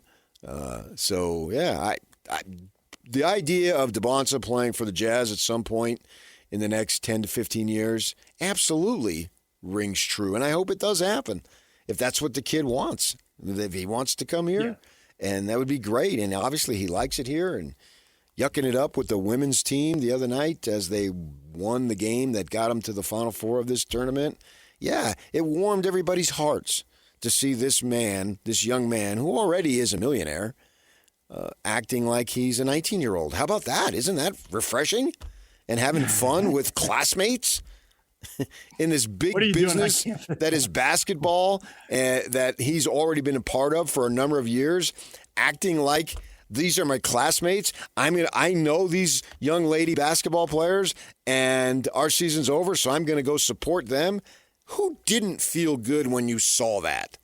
Everybody, even the hardcore, I hate BYU at all costs Ute fans, had to feel good that young man was high-fiving his classmates. Didn't that seem high schoolish? Some sort of level of purity, which doesn't exist mostly in the high school level anymore. But those are your classmates. If I was in high school and my high school, they didn't have a girls' team. They played in a city league. But if they did have a girls' team and they were playing in a state playoff or whatever it might be, we all would have gone, and it would have been awesome. And that's what he had to do. So that's cool. And he's got this relationship here with Ryan Smith and the Angels and so forth. Yeah. But I wouldn't call it tampering. I would just be calling it life. It won't be tampering unless he leverages his way out on draft night. But I don't think that's tampering. Happening. That's my point. That's not tampering. Even that wouldn't be tampering. There's no pure definition of tampering. There's no pure definition of tanking, but some people get fined for it just because there's no purity. Fine. Who cares? They got fined for it. Now they're sitting Flipper. We were talking about this yesterday. They sit Flipper and Sensabaugh in the fourth quarter. And now no one's saying a thing. But 6 weeks ago, it was the biggest story in the sport. And we had to address it because a couple of players who played 27, 28 minutes are now not playing in the fourth quarter. Well, this last couple games, you mentioned Denver. They have Flipper is sitting and Yak, is it Kennedy Chandler or Chandler Kennedy? This game. What is it? Kennedy Chandler. Yeah, he played 40 minutes. And Flipper's playing 24. Well, gosh, and no one's saying anything? Well, that's ridiculous. If it's an outrage in February, why isn't it an outrage in March? Because there's not an all-star game that weekend with the commissioner holding a press conference. He can hold a press conference anytime he wants. That's it. He could. He doesn't want. Well, I don't care about the press conference. He's got something to say. Great. That was then. What about now? It's like we get all excited and we see all these protests and whatever, and then time goes by and you are willing to just be out there on all this stuff and run your mouth and go crazy. But then a year later, that injustice is still there, but you don't hear anything about it. You Peter, you get burned out? If you were so strong about a particular thing in 2020, well, then in 2021, you just let it go? I don't understand it. If you want to be fired up about it, good, stick with it. And so for Hi-Ho Silver, if you want to be fired up about it in February, they're even doing something more egregious. They're sitting young players who have the opportunity to develop and play in clutch moments. But no, they're going to sit for the sake of losing. I support that 100%. But that to me, that's worse than sitting Jaren Jackson, who's been at Michigan State and undoubtedly played in big playoff games in the NCAA tournament and played in the playoffs, I believe, with Memphis. So he can sit. But Filipowski and Sensabaugh, who haven't been in squat, they're sitting in what would be not in league clutch moments, but team and individual clutch moments, and they're sitting and nobody's saying a peep? We just totally overlooked that? That's a bunch of crap. Injustice anywhere is injustice everywhere. But we're ignoring it now? Ooh. You're borrowing some famous lines. Does that make any sense? If that was in a basketball sense, not in a real life sense, because there are a few things bigger than basketball, pretty much everything, that if that was basketball injustice in February, then it's basketball injustice in March, but nobody's saying anything about it. What a waste of time that was to get all worked up about it. And now it's even more ridiculous that they're sitting guys who could benefit from playing in so-called clutch times for them. But no, and they're going to have, what is it, Locke? Is it Kennedy Chandler or Chandler Kennedy? Kennedy Chandler. He's playing 40 minutes. I was on Tuesdays with my golf guys, and I was talking to Glenn. You've met him. And I said, you realize for the rest of his life in the NBA, he may never play 40 minutes entirely, let alone one game? That's good math, actually. 40 minutes. Does he get 40 minutes after this season is over? I mean, I hope he does. Because we were talking, we're riding in the cart, and we're saying, it's kind of fun to see these young guys get an opportunity that they normally wouldn't have. And I said, absolutely. So in a weird sense, I've been enjoying seeing, who's the guy, Mez Luol-Deng, what's his name? Bez Mbang. Benz Mbang and the Lion King out there, seeing him do his thing. Yeah, that's fun. Also known as John Conchar. A bunch of guys that I can relate to, a bunch of no-name dudes that people told them you're not good enough their whole lives here, at least from the NBA level. And now they're getting this. Kennedy, what's-his-face, is getting 40 minutes to play a game? Yeah, that's pretty sweet. Yuck. And I got Isaiah Collier, who's a second-year guy and can't shoot a lick, and he can't play? Come on. Yuck, I knew you were bilingual. I didn't know you were trilingual. You're now translating for PK. You speak PK. Well, I've dropping in little asides when he takes a breath. When you spend more than a decade around you two, you seem to pick it up. Wasn't it fun to see the Lion King do his thing? The Lion King, yes. John Conchar. It's John Conchar. And somebody ought to get that to him, and if he makes the team next year, they ought to call him the Lion King. He's the Lion King. Doesn't that make sense? If you got a huge lion tat on your arm, shouldn't you be the Lion King? Is that big of a stretch here? DJ PK, it's 97.5, the KSL Sports Zone. This is Jake Scott and Ben Anderson.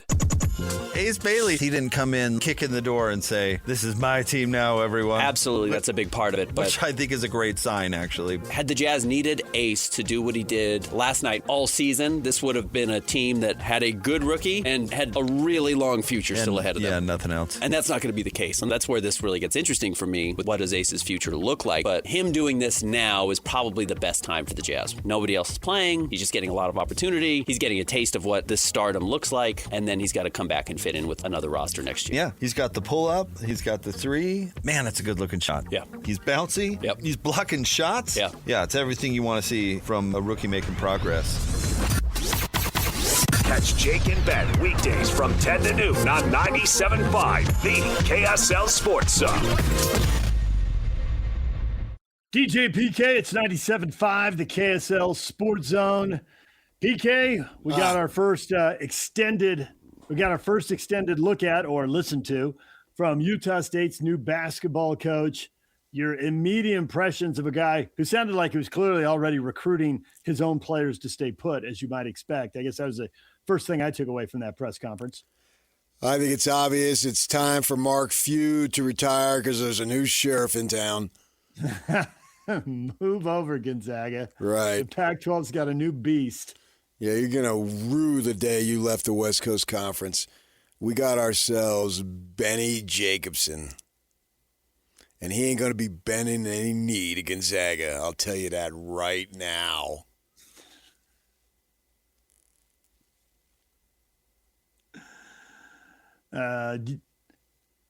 Did you come away with any impressions of him?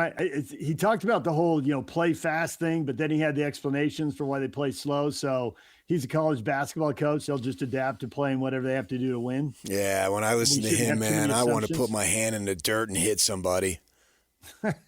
Who's at the top of that list? You. That's what I thought.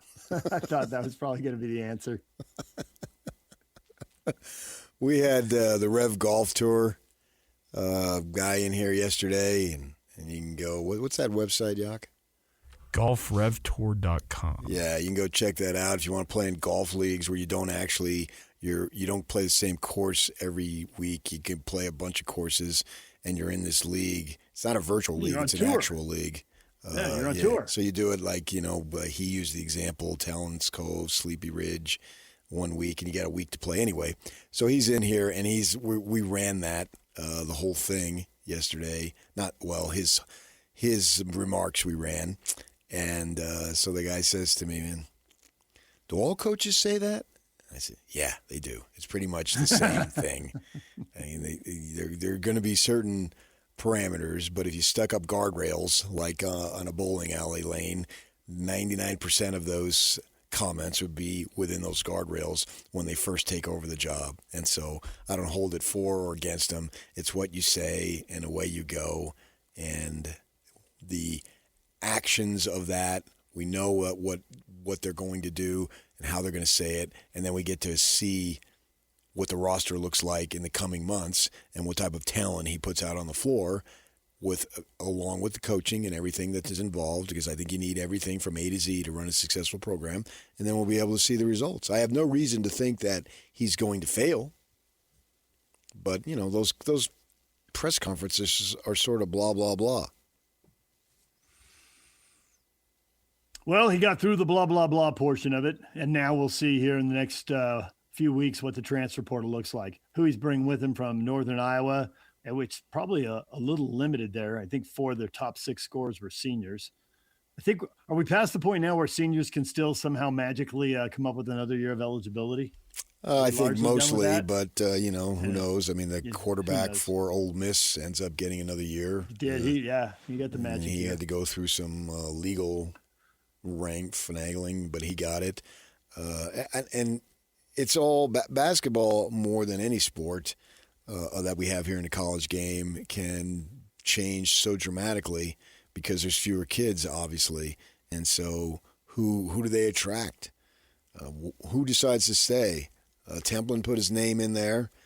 What's he? Is he a junior? I think he got 2 years. He's a junior, yeah. Yeah, so he's a junior. He's a player, but I don't blame any of these kids, particularly when you have a coaching change. They all should do it. Who am I or anybody to say, no, don't go to school across the street and leave money on the table? Who am I to say you must go because they're going to give you more money? I mean, it's all individual decisions, right? And essentially everyone is in the transfer portal. They want to put some regulations on it, and that's fine, but all of them are. They're all individual, year to year, away we go, and see what happens, and what can he do to retain and then recruit. And, once we get to the summer, then we'll have a much better idea of what the outlook is for the 26-27 season. DJ and PK, it's 97.5, the KSL Sports Zone. Tim LaComb coming up at 8:30. We'll talk Utah Jazz and Final Four with him. Another question up on our Facebook page that got a lot of attention. AJ Dybantsa, was it worth it now that you've seen the full year unfold? We'll get to that next. Stay with us. Make game day yours.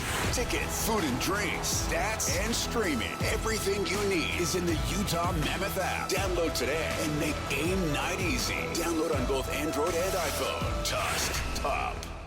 Derek Overstreet, founder of the New Millennium Group. We're a financial planning firm. We have advisors standing by right now to take your call. 888-999-6370. The reason you're going to want to call is we're going to help you retire 3 to 5 years before you thought possible. The way we do this is by putting together a step-by-step plan. So if you're one of those people listening and you'd like a plan in writing, give us a call at 888-999-6370. That's 888-999-6370, or go to utahsfinancialplanner.com.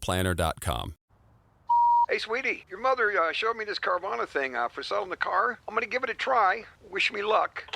Me again. I put in the license plate. It gave me an offer. Unbelievable.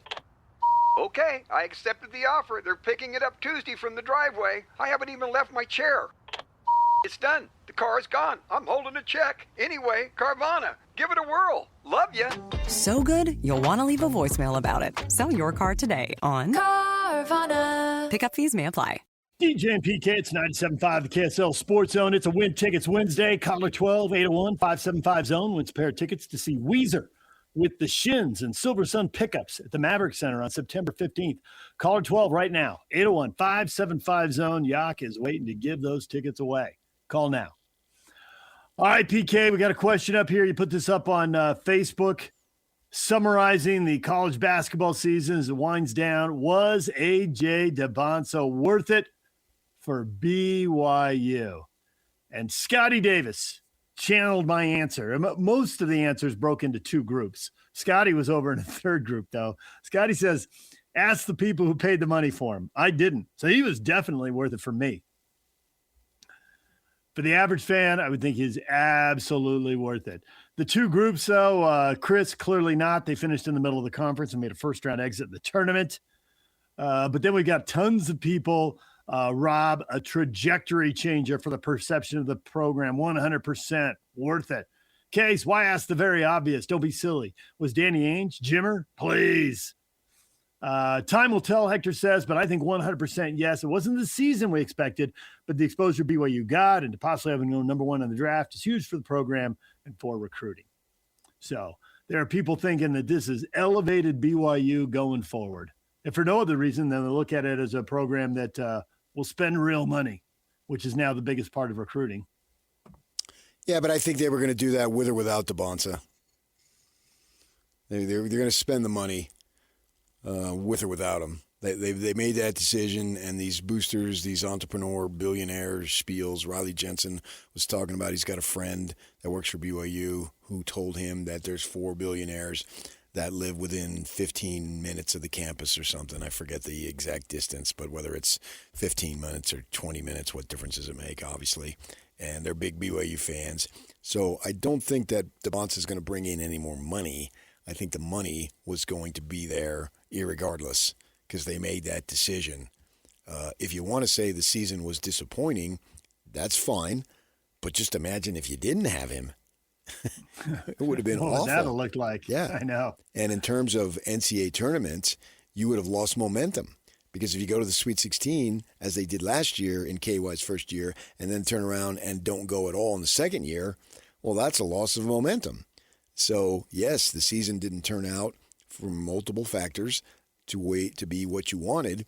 But if you look at it and say, well, yeah, they got to the first round and lost. Well, without him, you would have gotten nowhere near the first round. So if you look at it that way, he's the primary reason you actually got to the NCAA tournament. So I wouldn't knock that. I mean, at least you got to the tournament in a year that crumbled for various reasons, but you still had the opportunity to play. You still beat ranked teams and all that. Imagine if he wasn't there. You would have got nowhere near it. Now, you want to talk about the publicity that this young man brought? 100%. Yes. That is something that is, you cannot put a price tag on it. It's incomparable or uncomparable, whatever the word is, to anything that they've ever had here in modern times. That's the amount of attention he brought to the program and brought to Kevin Young, and what Kevin Young is doing was incredible. And to say that you have consecutive lottery picks, that is going to go a long way. And Bruce Branch, maybe that's one, I would imagine, I haven't spoken to him, that's one of the reasons why he would commit to come to BYU and play the McDonald's game. So he's, high recruit, see what that means when he gets to the floor next season. But he can say, well, man, they got 2 lottery picks. I want to be that. Who doesn't want to be that? The money's going to be there either way. I think that with or without him playing for BYU, that doesn't really matter. So you can't really look at it from the money perspective because that was going to happen no matter what. I think the recruiting this next class and getting, another elite guy, probably not another one pick, but getting another elite guy into the program, when you're having all those conversations, you're starting 16-1 and you're losing a thriller to, a heartbreaker, I guess, if you lose it. You're losing a heartbreaker to UConn, but you're winning a thriller over Clemson and all that. So there was definitely a lot of benefits along the way before ultimately, there were way more losses than you wanted at the end of the year. Checked out of the NCAA tournament much faster than you wanted to. Caleb says, would 5 guys have improved their defense? I'm not sure. Yeah, the season could have gone better, but I think your point, well, it would have gone worse without Dybantsa, is a strong one. I mean, that guy scored a lot of points and carried them to some big wins along the way. Yes, and I think that it goes way beyond. This is bigger than basketball. Mm-hmm. It goes way beyond. It goes branding. About somebody who is not of the culture. And let's face it, we know most of the culture in Provo is white. Let's call it like it is. And if that offends you, well, the sun is hot. And that ought to offend you too. When you speak something that's overwhelmingly obvious, I don't think you necessarily should be offended in that. But I know people around here get skittish when you bring up race. And he came in, and there he is after the season when some players leave, drop out of school, and go start training. He's there. He's on campus a week or 2 after the season, high-fiving and hugging the young ladies for their big basketball victory. That reminded me of what Ron McBride used to do when he was the football coach at Utah. He would go to the games. I can remember sitting there on Saturday afternoons, and I was assigned, and I had no problem doing it, covering Utah basketball, Utah women's basketball, and I'd sit next to him, and we would chat. He would be there. And when I saw that, and I remember that when the Utah women went to the Sweet 16, they got to host. They let the on-campus ones, and they hosted. And as they're running up the tunnel, he is standing there high-fiving every young lady as they were going into the tunnel after the game and going on to the Sweet 16. It reminded me of Dybantsa, only he's a peer, not a football coach. And so that sends a powerful message to everyone around the world, and literally around the world, because that's what basketball is.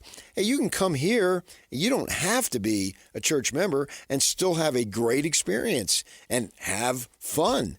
And it looked like Dybantsa and the other young men who were players on the team were whooping it up with the young ladies on the basketball team, having a great time. So that alone shows that it's worth it, because Kevin Young wants to compete at the highest level, and good for him. The fans want him to do that too. Well, the fact is that you're going to need those types of players, because there's not that many LDS players who are going to be able to be at the top of that rung in college basketball. So you're going to need non-member fellows who want to come here and are really good. So all that goes into it. And the question that we ask, was it worth it? It's a resounding yes. Think how many times the Marriott Center was on TV and the place was packed and rocking. And then think of all the college basketball. Even if you didn't watch it, if you channel surfed through it and you saw places that were half full or less, even 3/4 full, and you see empty bleachers and that, it's a different environment. It's a different level of excitement, and it raises the whole branding. individual games and tournament runs. I mean, Duke is about as big a brand name as we've had over the last 40, 50 years, whatever it is. And their building's always packed. They go out in the first round of tournaments. They've had multiple first round exits. It's about the brand. And you look at them and you just think, oh, it's big time. It's exciting. Look how full the place is and everyone's going crazy. And like you always like to say, man, one team wins and one team loses. And sometimes it's your team that loses. But not every place gets to play. Not everybody gets to play in a place that's packed and looks like that much fun. And the fact you would stay on campus afterwards, man, tracking down players when they're trying to go to the NFL draft, they just routinely leave and go to LA and work out. We've been hearing that for years when we've tried to track. Yeah, it's a little easier for football because there's a semester break. The end of a semester break. But basketball players have disappeared. They have. Absolutely, they have. They're gone out of the campus in March, particularly if they're not from there. Dybantsa's not from here, although his family has moved out here, as I understand it, right, Yak? And so, in a sense, he's from here. But the message that he sends, and I asked him, he was sitting down in the locker room after the game, the Texas loss. And I asked him, are you going to be still associated with BYU in the coming years? And he said, yes, I will. And that's powerful. He called Durant and Paul and Booker, and they gave KY great recommendations. So there's somebody right now who's in the 6th grade, and in 5 years, which isn't that long of a time, right, is going to be looking to make a decision. There's going to, whoever that number 1 player is in the 6th grade, we have no idea. The 6th graders probably know because they know all that stuff. Call this man. He'll be in his 5th year in the NBA. See what he has to say. Basically, it's like what they say, the influence of a teacher. You don't know it for many years to come, right? Because you're dealing with kids and maybe they don't tell you. But I can look back on some of the best teachers. I had Pablo Mastrioni on, and he used the word bemused, and I said, well, that was a great word to use in a quote. He said, yeah, that's thanks to my English teacher, Mr. Sargent. Of course, I knew who Ray Sargent was because we went to the same high school 15 years apart. Ray Sargent, who's deceased now because I looked it up, big Red Sox fan, he had an enormous influence. He probably didn't even know, hey, that little kid sitting in the back, that all these years later. Yeah, right. 2, actually. I don't want to cheat him. Clearly, my wife had him too. We went to the same high school. Clearly, Mr. Sargent had an effect on a 16, 17-year-old Pablo Mastrioni, that he remembers his name. I couldn't tell you all the teachers I had, but that must have had an influence on a young Pablo to bring it up. And it was a funny moment that we shared on the radio. Well, that's the type of influence that Dybantsa can have on BYU's program with Kevin Young there for the next however many years Kevin Young wants to be there, right? So, yeah. The influence and all that stuff, it was a resounding success despite the disappointment on the hardwood or on the LED lighted court. And even if LED glass. Disaster. Just call it the disaster court. Just call it the slip and slide. The slip and slide. That's a good one. Do kids still get to play on the slip and slide, or is that just old school? It's still a thing. No, I think it's still a thing. Good. Yeah. Good. Kids shouldn't be cheated out of that. Slip and slides are awesome. You got so many summer days to burn. Yeah, absolutely. Yeah. So, yeah, I don't see how you can say it's anything but a success. This can pay off even after Kevin Young is gone. Let's say he wins big, possibly, and he leaves and goes to the NBA and all that. It'll still be a place that this is where he spent a year of his life and had a good time, and he'll still come back to games. We see players come back to games at schools all the time when the coach who was there has moved on. Coaches move on all the time. It's like you say, it's your alma mater. You know, now it's where you took classes online. Possibly you walked the halls. Possibly. Well, so, he did. We told him. Yeah. He says he did.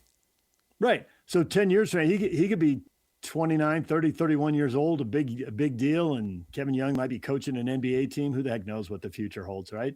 But he could still be back at BYU talking it up, telling some 17-year-old who's watched him on TV his whole life that, oh, yeah, go there. I had a great time. That's why I'm back here now. And I learned the stuff that Kevin said he was going to do, and Kevin's a little sensitive about it's not theoretical. Okay, it's not. You put one in, You put 2 in, you got me, man. It's not theoretical. You put guys in the NBA. You could argue those guys would have gone to the NBA either way, fine. But the fact is that they went and played for Kevin, and they improved, clearly improved. It didn't look like in the middle of the season that Yegor Dielman was even going to be a first-round pick, let alone go in the top 10. And that's what happened. And, I'm sure some of the stuff that Kevin did is NBA oriented, and they want guys to make the adjustment as soon as possible because everyone is under pressure to have success at the pro level. So all that stuff, it just leads me to believe, the more I think about it, whatever you believe in, a higher power or the world colliding in a proper way, he must be in a Jazz uniform next season. He must. This absolutely has to happen. Well, there's a 10% chance that the lottery balls will fall their way, and then you get back to the whole Doug Gottlieb conspiracy theory, whatever. If they're drafting 2 or 3, can he leverage his way there? Or is that something that we're going to have to wait with, for free agency and however many years down the line? I can wait if I have to, but I don't want to. See, if he goes to Sacramento and he has 4 coaches in 4 years, right, and they're terrible. If he goes to the Wizards and the Wizards just keep being the Wizards, then you could see where the temptation to get out. But man, on draft night, even if the Jazz don't have to pick, it's like, well, what if the number of pick is like Indiana and they have a coach who's won a championship and they're about to get a star player back and he's going to be healthy, they could be good right away. I can see a lot of people rooting really hard, even if the Jazz don't have the number 1 pick, for what his scenario is. No, we're going to go to Indiana and play second fiddle to the Colts. Come on. Let's play second fiddle to Indiana basketball and Purdue basketball, Notre Dame football's in the state. No, you come here, you'll be the biggest thing. You'll toast of the town. As my guy Kenny Chesney sings, you'll set the world on fire. He belongs here. He's one of us.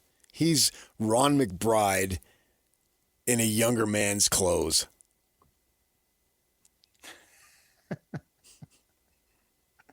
I think we'll leave it right there. All right, we'll take a break. When we come back, Tim LaComb will join us. We'll get his Final Four predictions and thoughts, the coaching carousel, where's it going to stop for some of the big names on the move, and how will it impact everybody else as everybody else reaches for a coach? We'll get to all that with the Jazz pre-half and post-game analyst Tim LaComb. Join us next. Stay with us. Make game day yours. Tickets, food and drinks, stats, and streaming. Everything you need is in the Utah Mammoth app. Download today and make game night easy. Download on both Android and iPhone. Tusk Top. Derek Overstreet, founder of the New Millennium Group. We're a financial planning firm. We have advisors standing by right now to take your call. 888-999-6370. The reason you're going to want to call is we're going to help you retire 3 to 5 years before you thought possible. The way we do this is by putting together a step-by-step plan. So if you're one of those people listening and you'd like a plan in writing, give us a call at 888-999-6370. That's 888-999-6370, or go to utahsfinancialplanner.com. Mom, can you tell me a story? Sure. Once upon a time, a mom needed a new car. Was she brave? She was tired, mostly. But she went to Carvana.com and found a great car at a great price. No secret treasure map required. Did you have to fight a dragon? Nope. She bought it 100% online. From her bed, actually. Was it scary? Honey, it was as unscary as car buying could be. Did the car have a sunroof? It did, actually. Okay, good story. Car buying you'll want to tell stories about. Buy your car today on Carvana. Delivery fees may apply. DJ and PK, it's 97.5, the KSL Sports Zone. The Final Four is coming up this weekend, Saturday, the big doubleheader. Arizona and Michigan will obviously be the second game there, but that first one could still be really good with Illinois facing UConn. And PK, all eyes are on Arizona to see if they win it all and what Tommy Lloyd does. Is he just going to stay at Arizona and use the interest or perceived interest or real interest from North Carolina for leverage, or is he going to jump and set off a game of dominoes here? And then we'll see the trickle-down effect if he makes a move, or trickle-down effect if anybody else makes a move, for that matter, even if he doesn't take it. We're joined now by Tim LaComb former BYU assistant on Rick Bujarus' staff at Utah as well. Now you hear him on Jazz pre-half and post. Tim, good morning. Good morning. We were just discussing your boy, Tommy Lloyd. What is he going to do? Is Arizona going to win it all? Is he going to bolt for North Carolina? It seems like all eyes are on him right now. Yeah, they are. And, it's one of those unique situations. I think North Carolina's at least guys around our age, and Tommy's close to my age. North Carolina carries kind of a different meaning, and obviously the Jordan brand and Jordan and everything else. So I would assume that is something that he will deal with at some point. Hold on one second. Sha la la la la. Let's okay. No, so I think. Yeah, sorry. I think his his focus, like he said right now, and I buy Tommy on this. He's pretty amazing to focus on what's at hand. And will they win one? I think they look pretty poised to do so, but I would say Michigan does too. I think those two teams, in my mind, probably have the best chance. So we'll see. But I'm really excited for Tommy, having known him for 20 years, and all of a sudden he's kind of like in the epicenter of the college basketball world. Did you go to Lukenbach, Texas last night with Willie and Waylon and the boys? I was playing Waylon. I tried to call you. I was doing a little rambling, man. I got that one figured out. So, 2 or 3 hours alone, I'm in my guitar room, so I was trying to mess with you, PK. I was unavailable at that moment, but I did get back with you. What do you know about Jacobson, the coach at Utah State? I don't know him. I've met him before. I don't know him great. We played, you and I, one time.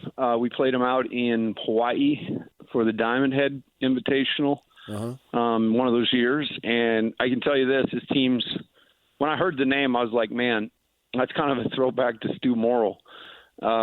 Really, really physical, really detailed, innovative. He's a guy who is kind of on the front end of stuff. But, I mean, he is a guy who has strung together 400 wins at a place that, when he walked in there, I'm sure he wondered how he's going to win one. But over a period of time has really become a name in college basketball, and it's not a name that I'd even thought of. I was kind of on the search for young guys, but it makes a lot of sense. And I see him as a guy maybe stick around, for a handful of years and actually kind of do it to where they can pass it off, and get a little bit more control of that. But it's worked out well for him, and I think they hired a really, really good coach, another really, really good coach that will do big things in Logan. How important do you think it is that they got $3.9 million in buyout with the coach leaving, and then apparently spent $0 on the coach arriving? That seems like a little bit of a windfall that the Aggies ought to be able to use to their advantage in an era when the old school recruiting you went through is only important if the money is the same. And if the money's different, well, then the money tends to speak. Yeah. I had heard rumors that at least $2.5 million of that was going to Scott Gerard. So, just in a lengthy contract negotiation that they're finally able to pay the man. And he deserves it, don't he? Oh, he's got a voice of an angel. It's velvet. It's literally velvet. With Izzo and Hurley doing their thing, as like this NCAA tournament run has been fun to watch, obviously, and then you've got the deal, a little sideline note to it.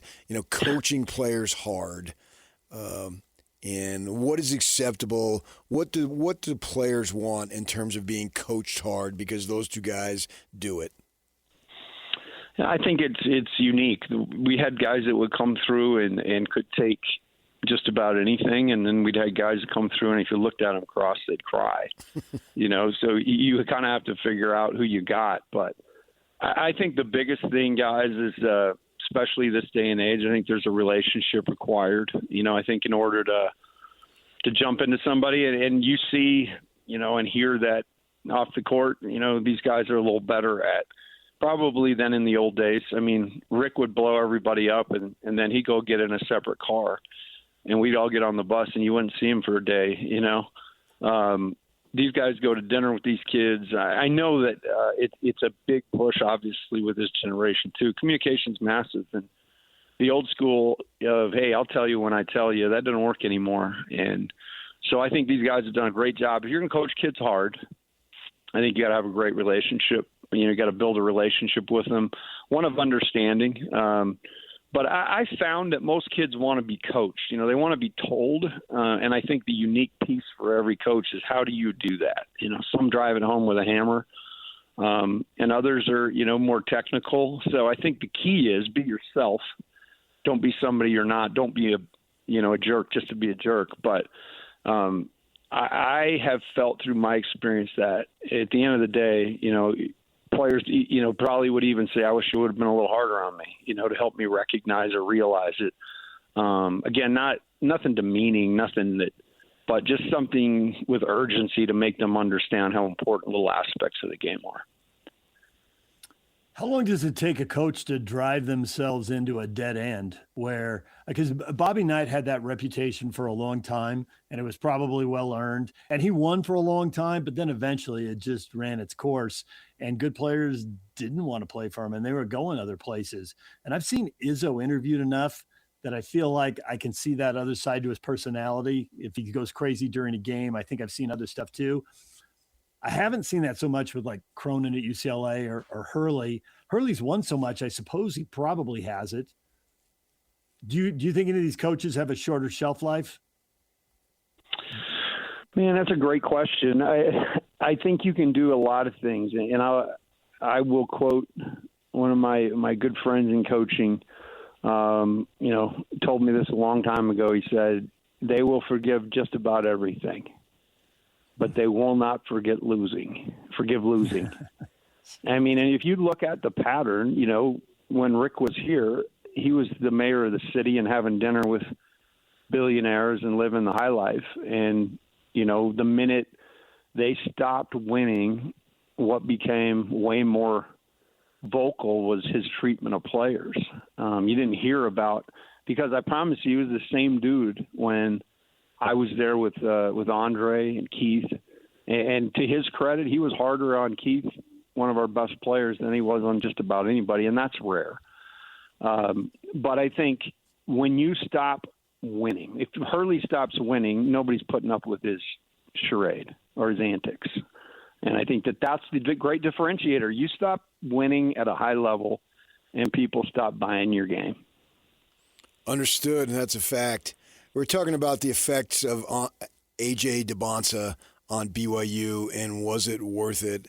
We think absolutely it was, for all the things that he has the opportunity to influence the program for years to come. What's your take? Not just yes, but hell yes. That was I ask people this all the time. What would it have cost to get a full, a banner ad in Times Square? Just that alone, with a BYU mark on it. And I think the AJ thing worked great. I find it funny that people, ripped that it didn't work. I mean, there were a lot of reasons that it didn't work, and I think it would have worked better had Richie Saunders been around to see the end of the season for sure. But when you start talking about, I don't think people quite understand how hard it is to get a high-level player like that, to come and say yes to your place. And people will throw in, and DJ, you said it, money is a factor. There's zero doubt about it.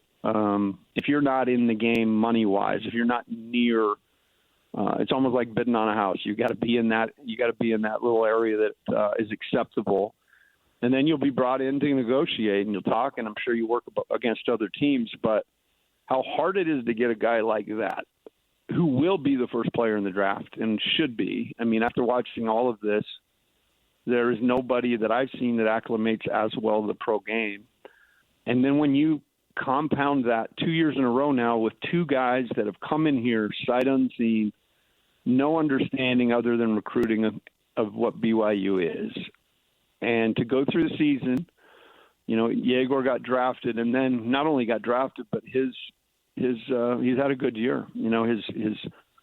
His future in the league looks to be something that, is a little more certain when you first get drafted, you just don't know a lot of the variables. But to get 2 first-round picks, 2 very, very highly sought-after players to come to Provo, Utah 2 years in a row, and then follow that up with another one, I think the process is now figuring out how you build around that guy. And you may not get it perfect the first time, but the reps are really important. Getting guys to say yes, come and figure it out. And I do think there are some things they can work on in the reps, and I've seen names in the portal that I would assume BYU is going to be involved in that make sense to them. Even local guys that have can help build that backbone that BYU should have of development players. And so I think it has been not just, great. I think it's been program changing in a lot of ways. When they show 4 schools that have offered these big players, and BYU is one of those logos with, the Dark Lords of Kentucky and the Blue Bloods in North Carolina. And you see all those names and BYU's logo there. Some major stuff has changed. So to isolate it to say, BYU didn't win the league and they didn't win a conference tournament game, you're way behind the race, because there's another kid coming in next year and they're going to build around him better. And KY's a hell of a coach. I mean, there's just no two ways about it. So, yes, that was a long-winded answer, but I wanted to explain why. Sure. AJ was perfect for this, and it will continue. BYU, when Kevin said it the very first press conference and people in that room looked around cross-eyed like, what is he talking about? Mm-hmm. We're going to bring pros here? Well, he's doing it. He's done it. He's had success doing it, and it'll continue. Let's dive a little deeper into putting a better team around the next star and the star after that. As you look at this tournament, Illinois clearly leans on some foreign talent. Is that the way to go? Duke has leaned on multiple young pros, but their team's been really young, and freshmen have had turnovers in big points in key games. I mean, they've gone Elite Eight and Final Four. They haven't been terrible, but they want the big prize and they haven't gotten that. The get old, stay old. UConn probably has fewer pros, but they probably got an older roster too. How would you build a team going forward? What's the best path? Or is it just get it right? You can commit to any of these paths, but you got to have the right guys when you commit to the path. Well, I think it's a little bit of that, DJ. But I will say that I think the get it right piece, is not like building a Lego tower, where there's 40 pieces sitting there and all you have to do is plug them in. There's a lot of searching involved. And, I used to laugh because at the time, Travis Hansen, who's now one of the guys at BYU, he was always go public while we were there. They need to recruit Europe more and all this stuff. And yeah, I mean, look, I don't care where you go, but you need to find players. And at the time, any European player of value at that time came over here with 2 things, a backpack and their handout. Because if you're going to bring a European player, there was a lot to it. And there was not just, hey, do you want a scholarship? Okay, here's the honor code. Sign that. Okay, it looks like we're good there. Let me stamp your ecclesiastical form. Okay. And where did you say you're from? Oh, Russia. Okay. There's just so much to it. And we couldn't, navigate that in the old world. And people would always why don't you recruit Europe more? And I didn't want to come out and say, well, because everybody else is recruiting Europe and bringing European players here, paying them. So would you like us to do that? These high-level Sabonuses and things like that.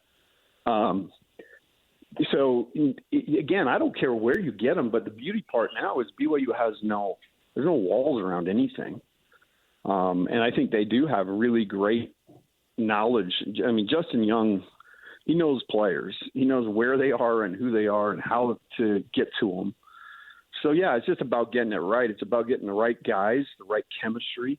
I loved how AJ's demeanor changed over the year. I know Kevin really coached that up. But guys that are coachable, guys that aren't going to look at you and say, no, I'm only here for 8 months.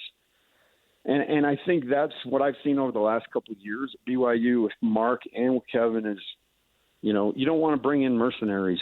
I wouldn't bring a guy in here that's just going to be okay for 8 months. It just doesn't make any sense. So that's why you go, in my mind, you go get a guy who really wants to be here, can play, maybe not play as good as that guy, but in 2 years and learning your vocabulary and practicing with you and pushing your other players, I just think there's so much value in that. Okay, so I'm a little confused, Tim. Are you talking about maybe back off the high-level guy and spread the money out instead of paying one guy a whole lot? No. I'm saying, get your high-level guy, but I'm saying in the other positions, like your Kennard Davis guys or your, the big they signed from the G League for 5 months, or just those guys, just mercenary guys that are here for one reason. They're here to just play ball. And make it bigger than that. Bring guys in, and they're here to play ball and help your team get better. And if they don't play, that they're not going to destroy things. Or, like the Catchings kid last year, that was worth a try because he's a young kid. But, again, that's a long-winded answer from a coach who did it a long time. But I do think the key to it is get it right. And get it right that's not a given. BYU had a much better team beginning this year than they did at the end because of injury. And I do believe Dawson Baker and Richie Saunders would have made a world of difference if they would have been healthy.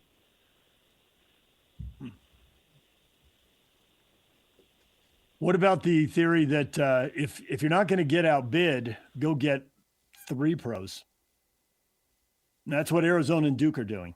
I mean, Arizona's not, as PK brought this up earlier, Arizona's not get old, stay old.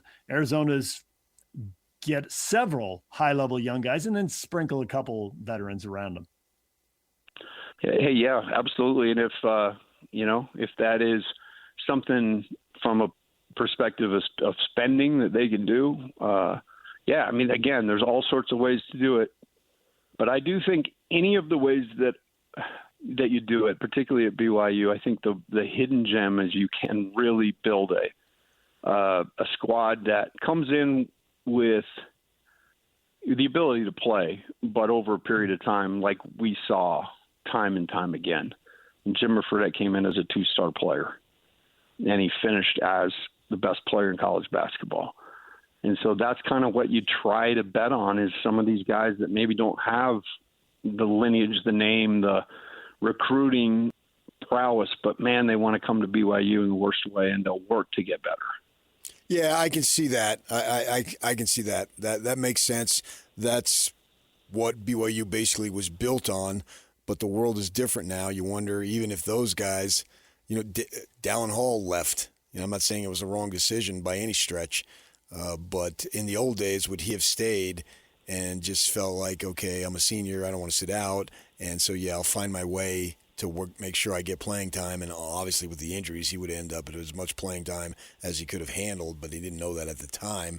I just wonder if the world is so different, how possible that is. I agree with what you're saying, but I wonder if it can actually be accomplished. Yeah, it is definitely something to kick around. But if all else fails, man, the one piece that is real is BYU's opened, their doors in a big way the last few years to high-level athletes, both, football, basketball players that, again, at one point in time, BYU couldn't even get in the front room. So it's big, and now, you just continue to tweak it. But I would say 2 years, 2 tournaments, and 2 wins in 2 years in the tournament.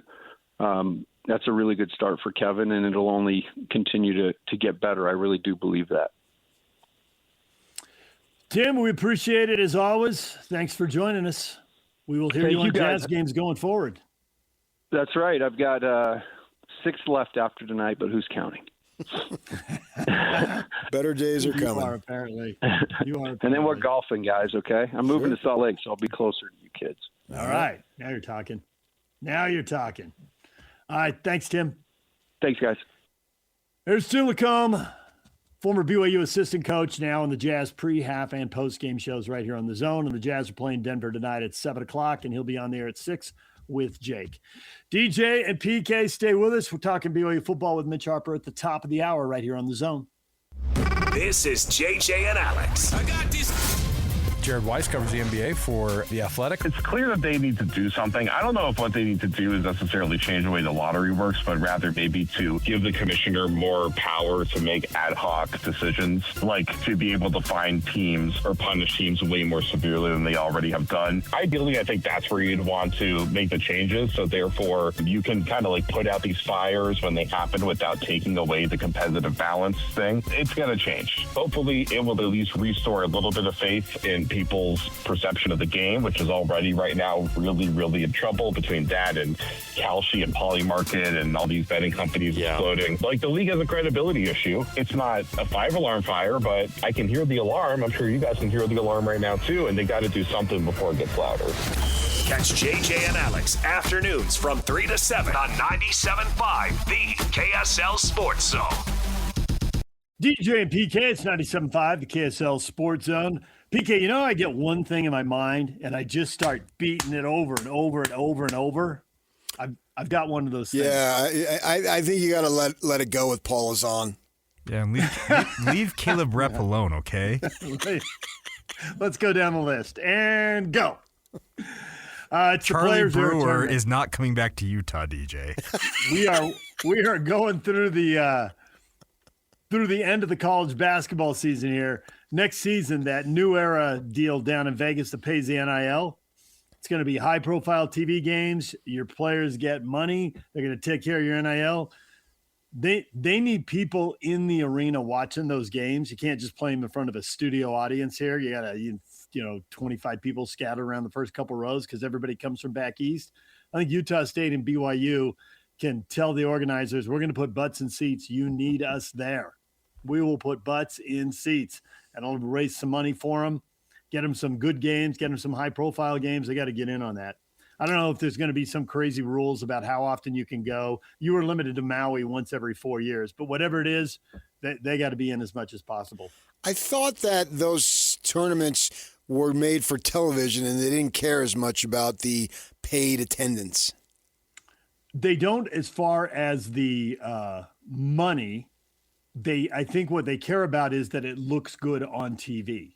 It's not necessarily about the amount of money they make at the gate. You're right about that. It's more about TV. I mean, they'll make whatever money they can make at the gate, so that's a bonus. But is it a big game if there's 175 people rattling around? Do you want to have a cutaway of people screaming and cheering? If they're wearing Hawaiian shirts, yes. Back to Maui, baby. Because I think BYU's going to that. Cool. And that should get you high-profile games, but we have seen stories that some teams are going to start leaning away from it. The players are a thing, and I haven't heard how many teams are going to put in it this year, but that was just going to keep getting bigger, and there's all kinds of speculation of how many teams, 16, 24, 32, whatever, we're going to play in that thing. Right. And that they could end up ripping off, not Maui, ripping off Maui a little bit, but what the University of Hawaii did, where they would have like 3 tournaments over the course of 4 weeks, and they'd bring out 7 teams and they'd put themselves in every one of the tournaments. So in the end, like 21 teams would play in different tournaments in Hawaii.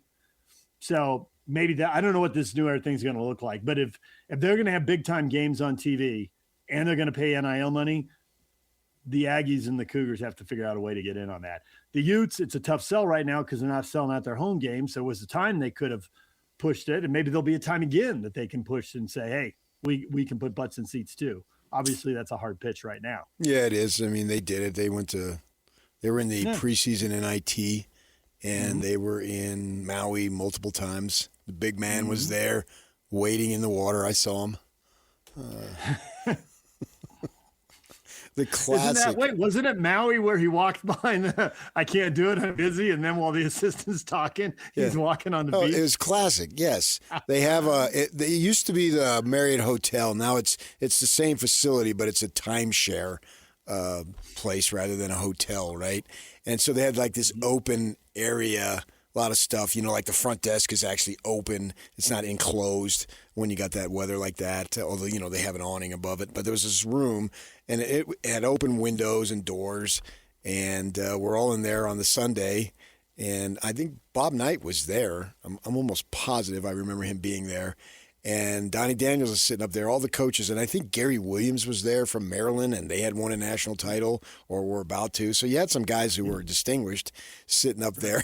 And they Real said, stature, Hall of Famers. yeah. Right? And Majerus was unable to attend at a prior commitment. And then right during the thing, you see him walking out of the workout room with a towel over his shoulder. A sweaty, extra large T-shirt and those gym shorts that he wore. He just walking right by it. Hey, Rick in his natural state. That is on brand in so many respects. He just had no use for any rules. And then he and I do what would he wanted to do. I know. Yeah. And we'd go to, I remember in Fort Collins, there was one treadmill, and he wanted it, and he and I would butt heads, and I set that thing at 1.0 and ran for an hour, and he kept walking by looking for it, looking to see if it was empty. 1.0. You're running downhill. Let it go. and then he would then send managers to go stand on the treadmill and so you wait. Get on it. Yeah. Like standing in a parking place with a. Yeah. And they would just be standing on the thing, waiting so it would be available when he wanted it. And then one time I remember we're in the work. I think it's Fort Collins. I can't remember. And those things are small, right? And we're in there, and I'm in there, and finally he just comes in and gets on, and he changes the station. And it was like a Thursday or Friday golf, like Torrey Pines, that time of year. And I said, "Hey, I'm watching that. I was here first." Changed it back. He wasn't into golf. But what? Before we go to break, I don't think Tim LaComb intended to do this, but he talked about foreign players, and they came with their hand out, and it was very difficult to get guys like. Is there anybody on the Jazz you want to talk about right now? Well, no, it wasn't. He mentioned the player's name. He did. And where did Sabonis go? Right now, I'm not remembering. Gonzaga. Oh, yeah, you're right. Yeah, I did. You're right. And he's tight with those guys. Now, I may have heard that over the years more than once. Well, how did they end up with the three best big guys in the league, right? Hey, just I want to go play behind those two big guys. Yeah. I mean, I could tell you stories, but there you go. Okay. I don't think he intended that to be out there like he did, but he did say it. He did. Yeah. All right, DJ PK. When we come back, we're talking Cougar football, spring football underway at the Y. We'll talk with Mitch Harper, KSLSports.com, Cougar beat writer next. Stay with us. I sold my car in Carvana last night. Well, that's cool. No, you don't understand. It went perfectly. Real offer, down to the penny. They're picking it up tomorrow. Nothing went wrong. So, what's the problem? That is the problem. Nothing in my life goes as smoothly. I'm waiting for the catch. Maybe there's no catch. That's exactly what a catch would want me to think. Wow, you need to relax. I need to knock on wood. Do we have wood? Is this table wood? I think it's laminate. Okay, yeah, that's good. That's close enough. Car selling without a catch. Sell your car today on Carvana. Pickup fees may apply. DJ and PK, it's 97.5, the KSL Sports Zone. Spring football underway. I guess there's some schools that might not be underway. You think everybody's underway by now, PK? No, but it's getting real close. I saw a list. I actually photocopied it of all the spring practices starting in the Big 12, and there's still some to go. Pretty much everybody's doing away with spring games and all that stuff. Yeah. Between injuries and players getting poached, it's just not worth it. Right. What's the point? And the difference between a practice where you scrimmage 11 on 11 in a spring game is just letting the public in, basically. There's no reason if they want to play 11 on 11 tackle football, well, they can. But you risk injury. So how many snaps do you want to do that? You're just playing the odds. You guys need some reps, but you guys don't need to be blowing out knees either. So got to figure that out for yourself. He's ready. All right, we got Mitch Harper joining us now, insider covering BYU for KSLSports.com. Mitch, good morning. Hey, good morning, DJ. Happy to be on. Mitch, we all want the dirt. What is the coolest, juiciest morsel you've heard so far? What's the best thing about spring ball? That is a great question. I would say, probably the juiciest thing would probably be maybe some of the changes that you're seeing with some of these with Kelly Papinga's defense, most notably probably the edge rushers, maybe morphing more into, outside backers. You're seeing like a Hunter Clegg kind of take on that hybrid role. And look, last year he was more of a, bull rusher, kind of in the mold of a Tyler Batty. Clegg's leaned out a little bit. He's going to be more of that guy that you saw last year with Nusi Talmoy Payout, more of those type of body types. And I think that's something that's been a notable change in Kelly Papinga's defense, because, again, you're trying to identify what are the big changes between Jay Hill and Kelly Papinga, and K-Pop with his background with Bronco Mendenhall and the successes that he's had with linebackers, Fred Warner, Kyle Vanoy. They love the, pass rushing linebackers from his time with Bronco, and a lot of those guys are kind of morphing into that. But, it's been kind of a ho-hum spring ball, to be quite honest. And I think another aspect, though, is that Bear Bachmeier, is earning rave reviews. And I think that's something that's important for BYU, that he continues to take steps forward. But, yeah, pretty much, ho-hum spring for BYU. You would think that maybe with the loss of Jack Kelly that it would take a hit at the linebacker spot, because obviously he's really good and he was fun to watch. But they got a couple of transfers in combined with the returners that I can argue that the position is even going to be better than last year, right? I think so. I think that, Kedu Luave steps right in and is one of the top guys on the team and a leader of that team for sure, from coming in from Cal. And, Glasgow, when he gets fully healthy and he returns in fall, he'll be really good. And, someone that's really trending up in spring ball has been Miles Hall. He was someone that played 2 years ago in relief of Harrison Taggart late in the season. If you remember, 2 years ago when BYU was undefeated, I think it was that Kansas game, and he stepped in and also played against Arizona State. Didn't really see much time last year, but he's someone I think that's expected to take a big jump this year. And you still got, an Ephraim Asiat, if they can figure out, really what to do with him and really find if he can be an every down type of guy if asked upon. But they've got options. They've got depth, and linebacker's always been a position that BYU has had success with. And then you got these, hybrid guys like a Braxton Lindsey, too, who's a former 4-star recruit, picked BYU over Oklahoma. And so just things like that. I mean, I think that's one of the big things that catches my attention with this team is that it probably is, you've got probably the deepest team that Kalani's had since he, took over the program in 2016.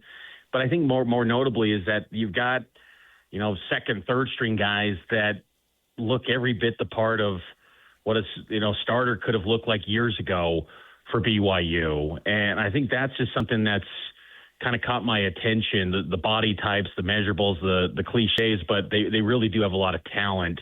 And even Fesi Sitake told me with, the wide receiver position is that they feel confident that they've got 12 guys that could play.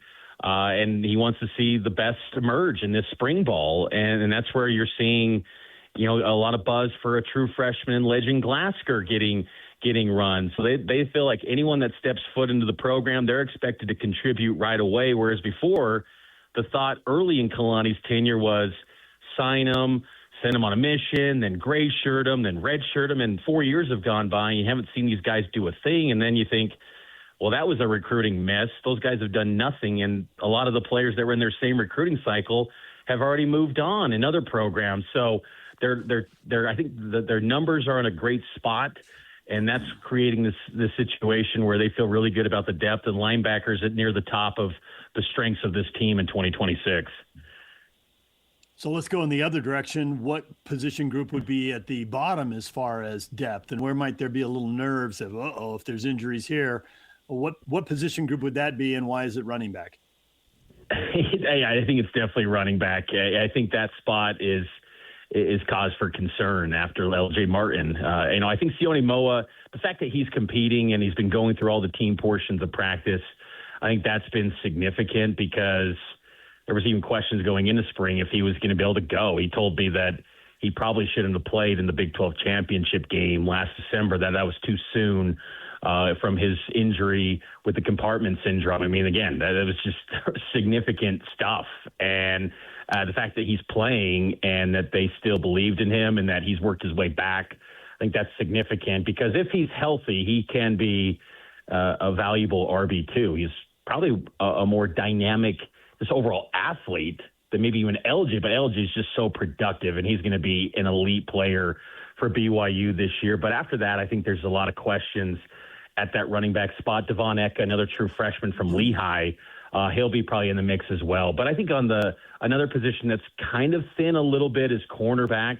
They've got Evan Johnson and Trey Alexander. The third cornerback is probably, Mississippi State transfer Javen Williams.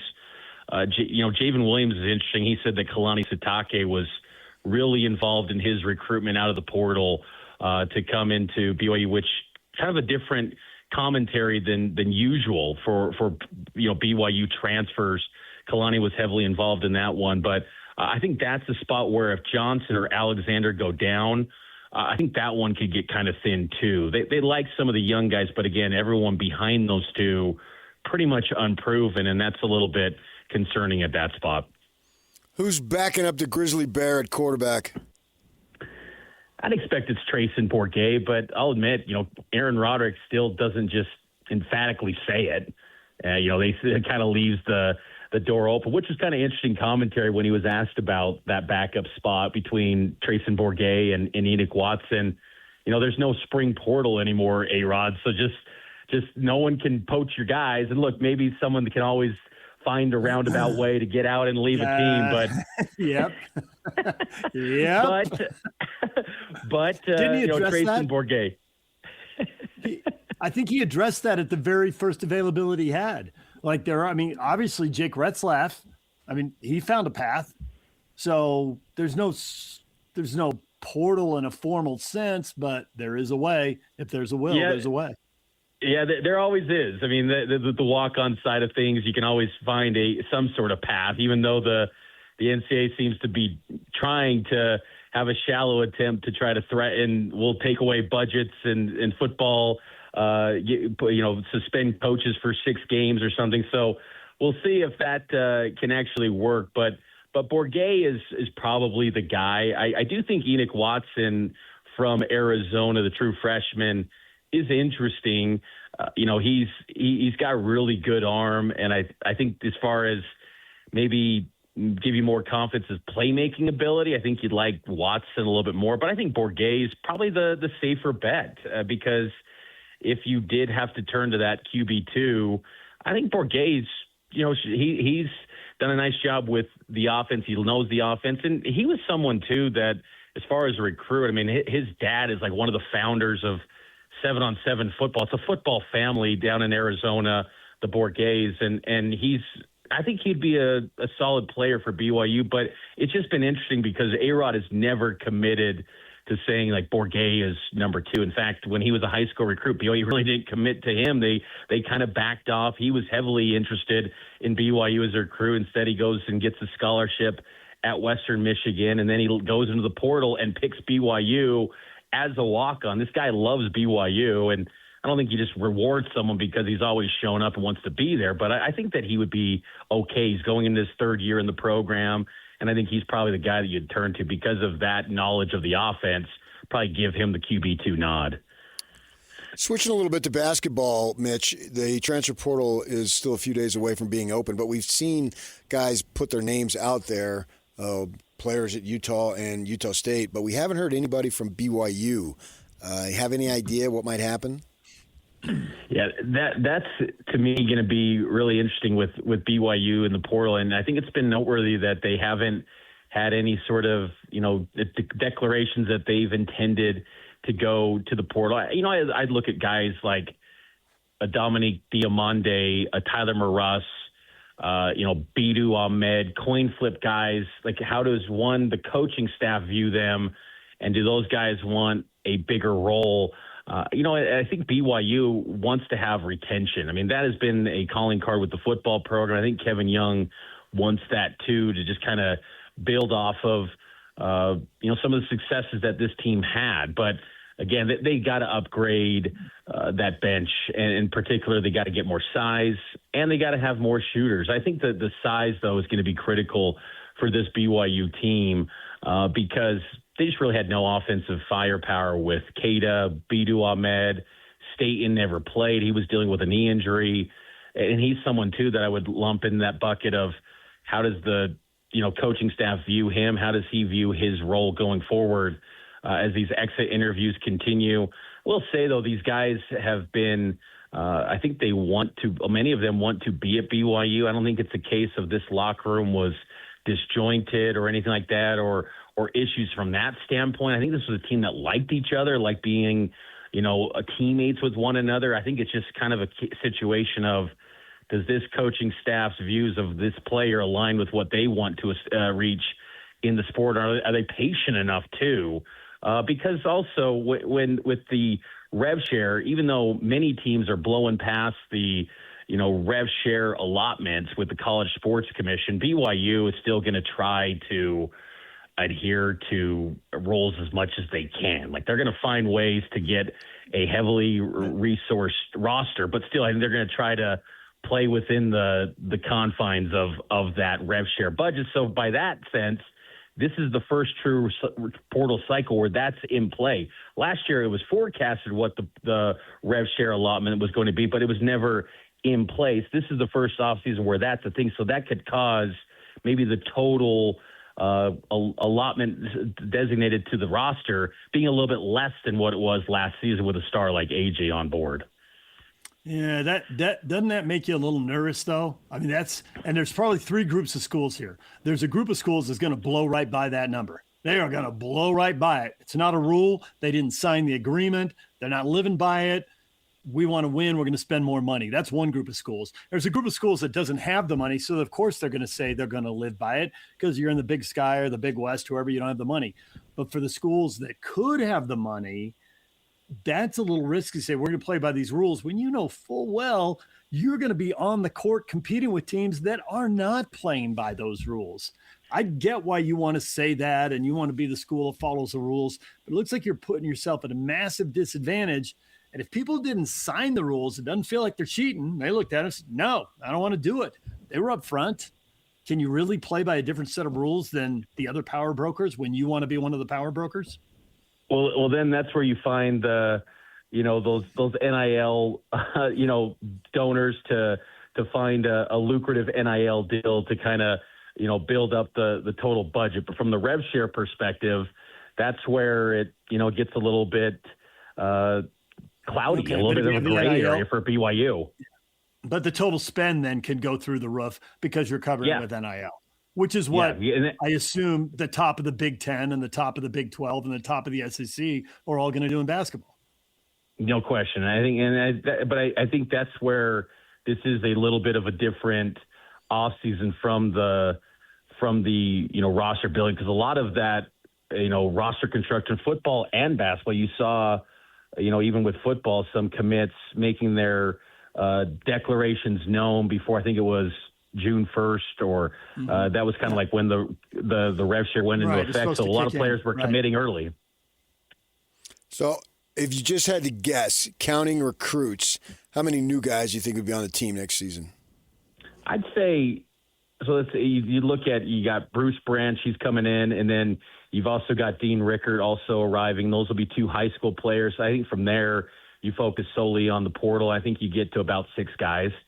I think you need, about 4 portal guys to step right in and contribute. And, I think that's because you watched last night too with the McDonald's All-American game with Bruce Branch. He showed some flashes. He's a talented player, but I don't think anyone in this freshman class for this cycle pops the same way like Darren Peterson, AJ, Cameron Boozer did with the McDonald's All-American game last year. There was no one that just said, wow, this guy's going to take over college basketball. like those guys. You just felt like they had that ability in them from day one to be carrying the program. Bruce Branch is only 17 years old. He's not going to be asked the same expectations I would expect as AJ was. Now, could he be an NBA guy? Absolutely. I mean, the body type is tailor-made for the type of guys that Kevin Young works great with. Catch and shoot guys that love to get on the glass and rebound and are good passers. I mean, Kevin Young thrives with those type of athletes, and he's going to be an NBA guy one day, but they need some, bona fide college stars, and that's where you go into the portal. Ideally, guys that can shoot, and those are everyone's coveting those guys that are big guys that can shoot the basketball and extend out defenses. So I think, though, that's where BYU, the thing about them is that with their staff, they have a recruiting department where they are throughout an entire season. If a certain player hits the portal, they're going to identify and target that guy. They build out a board of kind of their potential, portal targets, as many of these Power 4 programs. So there's a strategy. And when those names hit the portal, April 7th officially, then it's go time. But as we know, I mean, behind the scenes, it's all, coming together right now to the point where I wouldn't be shocked if we see moves happening, like 12:01 a.m. on April 7th, like we did back in the day with NBA free agency. Yeah. So it could be pretty wild, I would expect. Kevin talked about shooting, shooting's a priority. He said that at the NCAA tournament. That was his immediate reaction. But when he steps back more and he looks at the whole season, looks at all the numbers, is he going to emphasize defense more? Because I'm seeing I get the defensive rating numbers in front of me. Arizona, Houston, Iowa State, all top 10 in the country. They're elite teams. BYU is 9th in the conference in defensive rating, and I think it's like 59th nationally. Like, they have got to get better defensively if they're going to get where they want to go. I totally believe that. I haven't heard him talk about it. It doesn't mean he isn't prioritizing it. What do you know? What do you think? Yeah, I mean, I think offense is always going to be priority number one, I think, for Kevin Young. And honestly, I mean, I think that if BYU could somehow, with an adjusted efficiency defense, in those advanced metrics, maybe get top 25, that would be a perfect world. But I think ultimately still, you got to put the ball in the hole. Like even that Arizona game in the Sweet 16 against Arkansas, they gave up more than 80, but they put up 109. And BYU's, I think, they feel like personnel-wise this past year, they had that type of team. And even with their squad that reached the Sweet 16, they gave up 110. I think this year's team did get better in certain stretches defensively in the non-conference in particular than that first year under Kevin Young. But I think, in the latter stages of Big 12 play and in the postseason, it became a mess. And I think what was frustrating, I think, this year for this year too, was just they just seemed confused the entire season. Even in the NCAA tournament against Texas, there were just these defensive lapses that you would have thought would be happening in November, and it's happening with the season on the line. I think that defense will obviously, they feel optimistic they can be better on that end, but I think still Kevin Young, his DNA is offense, and BYU is always going to be wired to be elite on the offensive end. And even though I don't think their offense was necessarily better this year, the way it was operating because of so much on ISO and relying on age, and they weren't spreading it around like they did in year one as much because they just didn't have the guys that consistently rely on. But I think that's just kind of who Kevin Young is. He's going to field teams that have a starting, where they could be a top 10 offense. And then defense, if they could get, have a breakthrough year where it's, top 25, top 30 in advanced metrics, then they're playing with something. They could make a run and go do the thing. But I think, having a little bit more fit size would help that cause naturally to pair up with what should always be a good offensive attack under Kevin Young. Mitch, we'll leave it right there for now. We appreciate it. Thanks for coming on and talking football and basketball with us. You bet, guys. Take care. There's a BYU insider for KSL Sports, Mitch Harper. You can check him out at KSLSports.com. He's got a lot of videos up on YouTube. And, of course, he joins us here periodically on the show as well. Everything you missed in this show coming up next. Stay with us. This is Jake Scott and Ben Anderson. Ace Bailey, he didn't come in, kick in the door and say, this is my team now, everyone. Absolutely, that's a big part of it. But which I think is a great sign, actually. Had the Jazz needed Ace to do what he did last night all season, this would have been a team that had a good rookie and had a really long future still ahead of them. Yeah, nothing else. And that's not going to be the case. And that's where this really gets interesting for me with what does Ace's future look like. But him doing this now is probably the best time for the Jazz. Nobody else is playing. He's just getting a lot of opportunity. He's getting a taste of what this stardom looks like. And then he's got to come back and fit in with another roster next year. Yeah, he's got the pull-up. He's got the three. Man, that's a good-looking shot. Yeah. He's bouncy. Yep. He's blocking shots. Yeah. Yeah, it's everything you want to see from a rookie making progress. Catch Jake and Ben weekdays from 10 to noon on 97.5, the KSL Sports Zone. Make game day yours. Tickets, food and drinks, stats, and streaming. Everything you need is in the Utah Mammoth app. Download today and make game night easy. Download on both Android and iPhone. Tusk Top. Derek Overstreet, founder of the New Millennium Group. We're a financial planning firm. We have advisors standing by right now to take your call. 888-999-6370. The reason you're going to want to call is we're going to help you retire 3 to 5 years before you thought possible. The way we do this is by putting together a step-by-step plan. So if you're one of those people listening and you'd like a plan in writing, give us a call at 888-999-6370. That's 888-999-6370, or go to utahsfinancialplanner.com. Mom, can you tell me a story? Sure. Once upon a time, a mom needed a new car. Was she brave? She was tired, mostly. But she went to Carvana.com and found a great car at a great price. No secret treasure map required. Did you have to fight a dragon? Nope. She bought it 100% online. From her bed, actually. Was it scary? Honey, it was as unscary as car buying could be. Did the car have a sunroof? It did, actually. Okay, good story. Car buying you'll want to tell stories about. Buy your car today on Carvana. Delivery fees may apply. Slacker Radio Headlines brought to you by Trajan Wealth. Call Trajan Wealth today, your local trusted financial fiduciary. Call them at 801-210-6800 or visit their website at TrajanWealth.com. We've discussed many things this morning, PK, including at the top of the list, AJ Dybantsa. Was he worth it? You and I both said yes, and then we were trumped by Tim LaComb, who said, hell yes, and then proceeded to list, I don't know, at least a half dozen different ways that BYU benefited, even though it didn't have the ending everybody wanted in the conference standings and the conference tournament or the NCAA tournament. That puts them right with however many Division 1A schools are there in basketball, -1. Everybody else didn't have the ending that they wanted. So get over it and enjoy the fact that you got tons of exposure and your packed arena is going to help recruit other people and bring other players in. And you had a good time along the way. And we got we got feedback coming in from people. A lot of people have weighed in on social media that they had a great time along the way. So there you go. Well, I really believe that he will come back for his sophomore year because he had a great time. You do not believe that. I think that, my sources are telling me that announcement could be made. It has to be made today, though.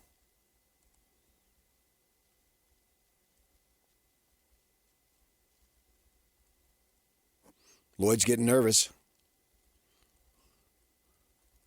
You better talk. And the reason why it has to be made today is because today's April Fool's. No, I fully expect him. It'd be great if he wanted to come back. You know, this kid has already traveled the path. What is that? What's that expression, Yak? The travel the path that is not used or less chartered or whatever? The path less traveled. The path less traveled. Yeah. He's already done that. Could you imagine if he came back for his sophomore year? Would that be the first ever where a top 5 pick, since they decided that high school seniors could no longer be drafted, that they would go with you must go to college or you have to wait a year, whatever it is, and most of them go. And if he decides to come back the second year, that would be stunning. That path would be even less traveled than the path he took to go to BYU in the first place. The path that hasn't been traveled since Tim Duncan played. The path that's been grown over in the last 25 years. He needs to take a machete and hack everything back to rediscover the path.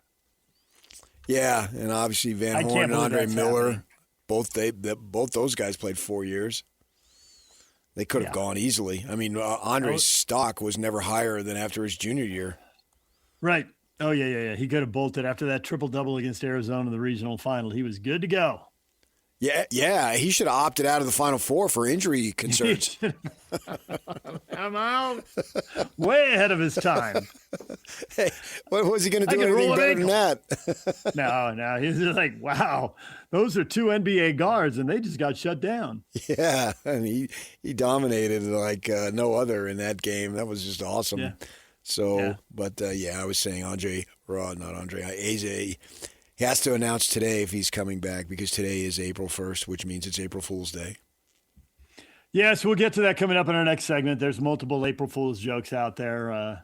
We'll get to those people reacting to them. We have time for that. So we talked quite a bit about that. We talked a little bit about the Final Four. You got any gut instinct on what Tommy Lloyd is going to do? Is he going to take that Carolina job and start tipping over dominoes here, or leave that for somebody else?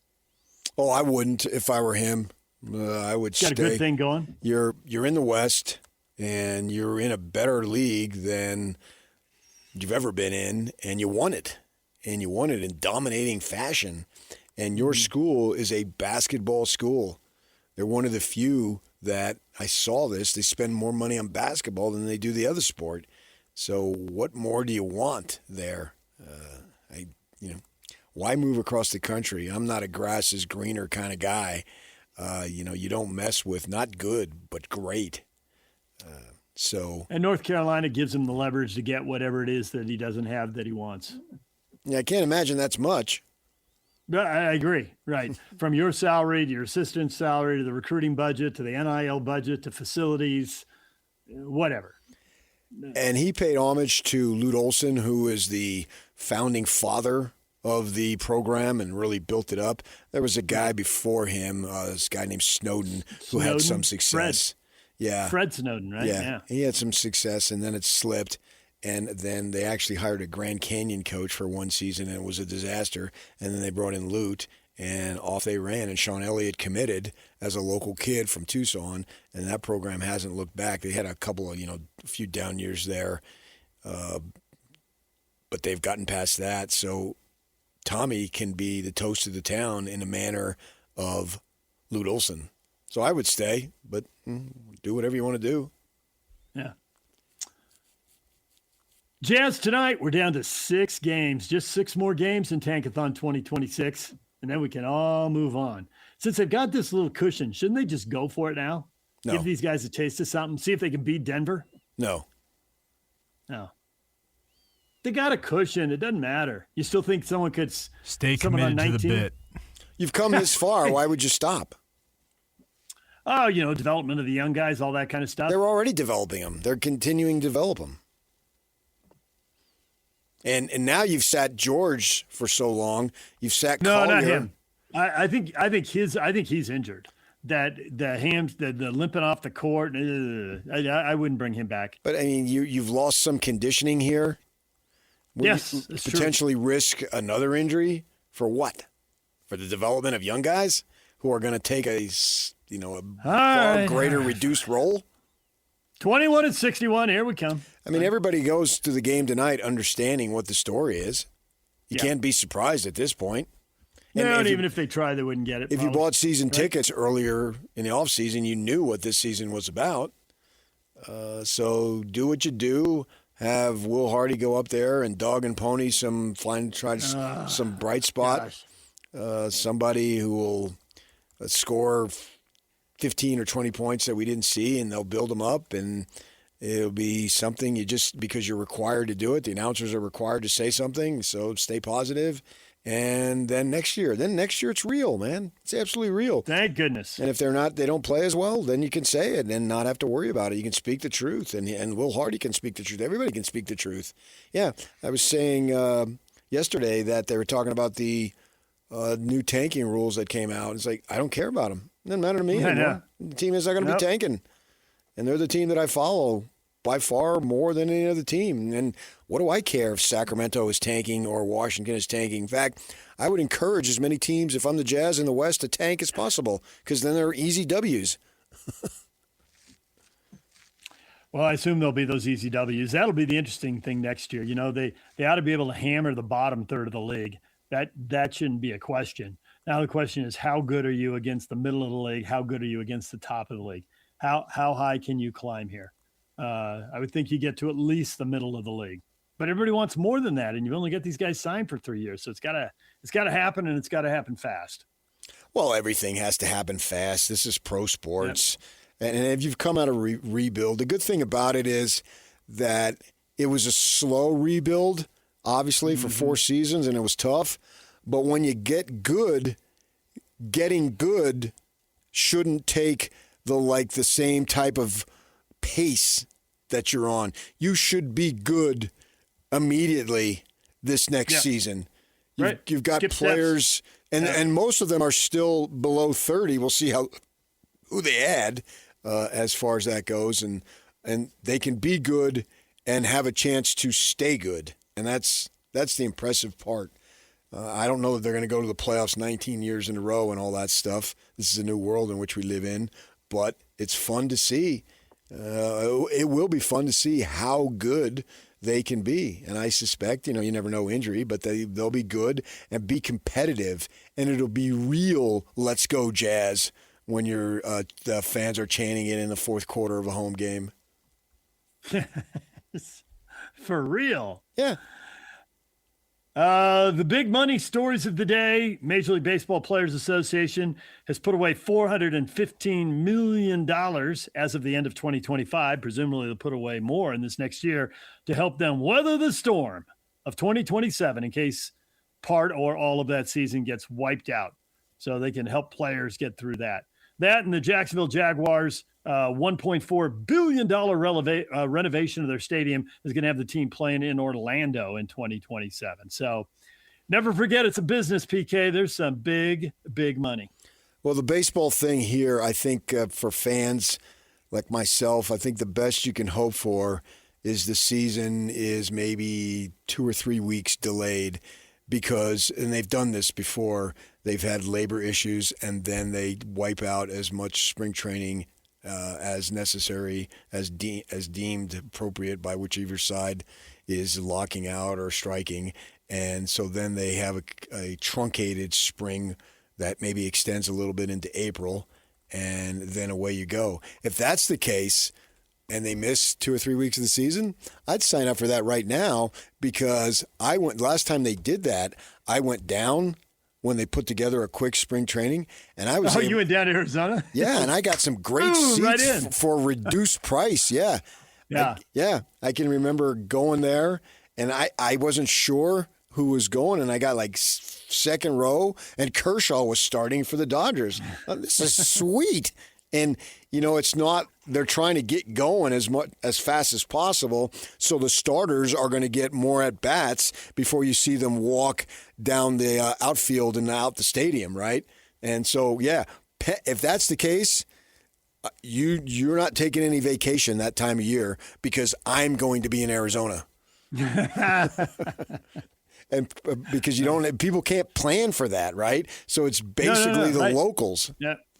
Yeah, so locals and occasionally really committed snowbird retired person from Chicago or something. Yeah, and they might already be there. It jumbles everything. Yeah, they might already be there. They are a local for that portion of the year, I guess. Right, and so I was talking to the gal who cuts my hair, and she has a friend, and they were down there and talking about, they had to pay. I forget. I think the Yankees went out there apparently and played a few games this year.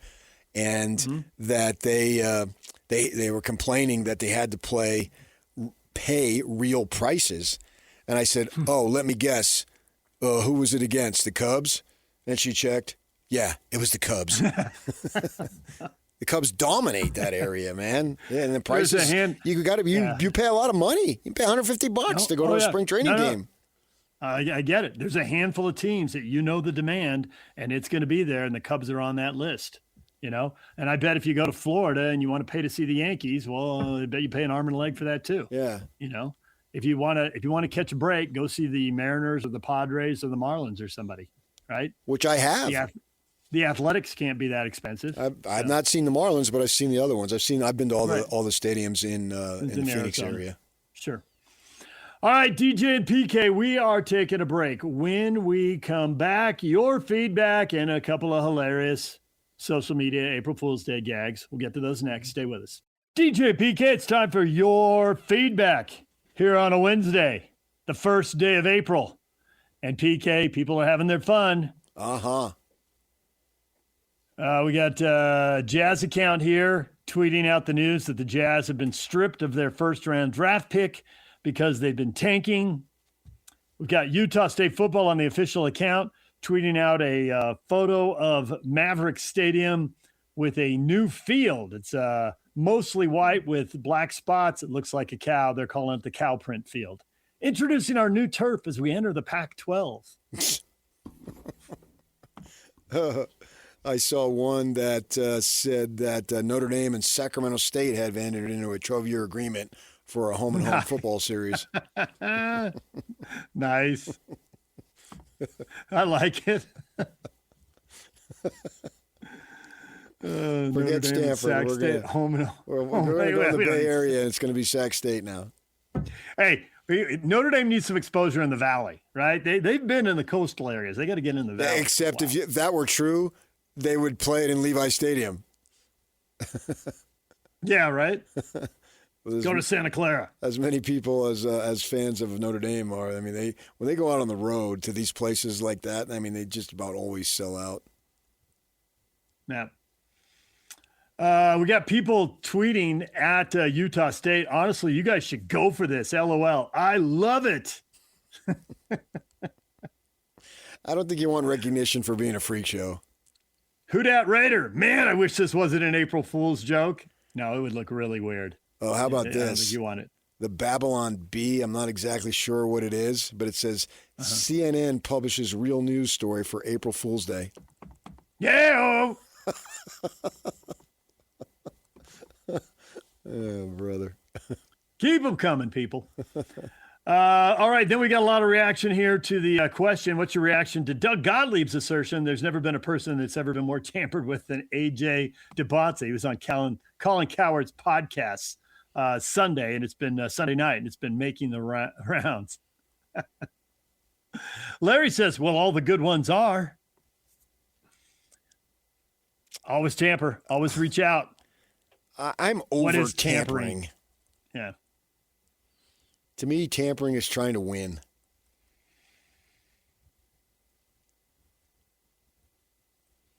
Mike, he'll go where he's drafted. Mike thinks all this is a bunch of drama about nothing. I would think so too, but I guess you shouldn't rule out the possibility that if he's second or if the Jazz have the second or third pick, he might try to leverage it somehow. You know, and I don't know that I've got a problem with that. I know it's been controversial when it's happened, but if you have leverage and can do it, very few can. But if you can and you want to, who am I to say no? Right? All right, well, we'll see how all that plays out. We need the draft order first, find out if the Jazz are drafting first or fourth or seventh or who knows, wherever they turn out. They'll play tonight against Denver, 7 o'clock here on The Zone. Jake and Ben are coming up next. We'll see you tomorrow. Make game day yours. Tickets, food and drinks, stats, and streaming. Everything you need is in the Utah Mammoth app. Download today and make game night easy. Download on both Android and iPhone. Just top. Mom, can you tell me a story? Sure. Once upon a time, a mom needed a new car. Was she brave? She was tired, mostly. But she went to Carvana.com and found a great car at a great price. No secret treasure map required. Did you have to fight a dragon? Nope. She bought it 100% online. From her bed, actually. Was it scary? Honey, it was as unscary as car buying could be. Did the car have a sunroof? It did, actually. Okay, good story. Car buying you'll want to tell stories about. Buy your car today on Carvana. Delivery fees may apply.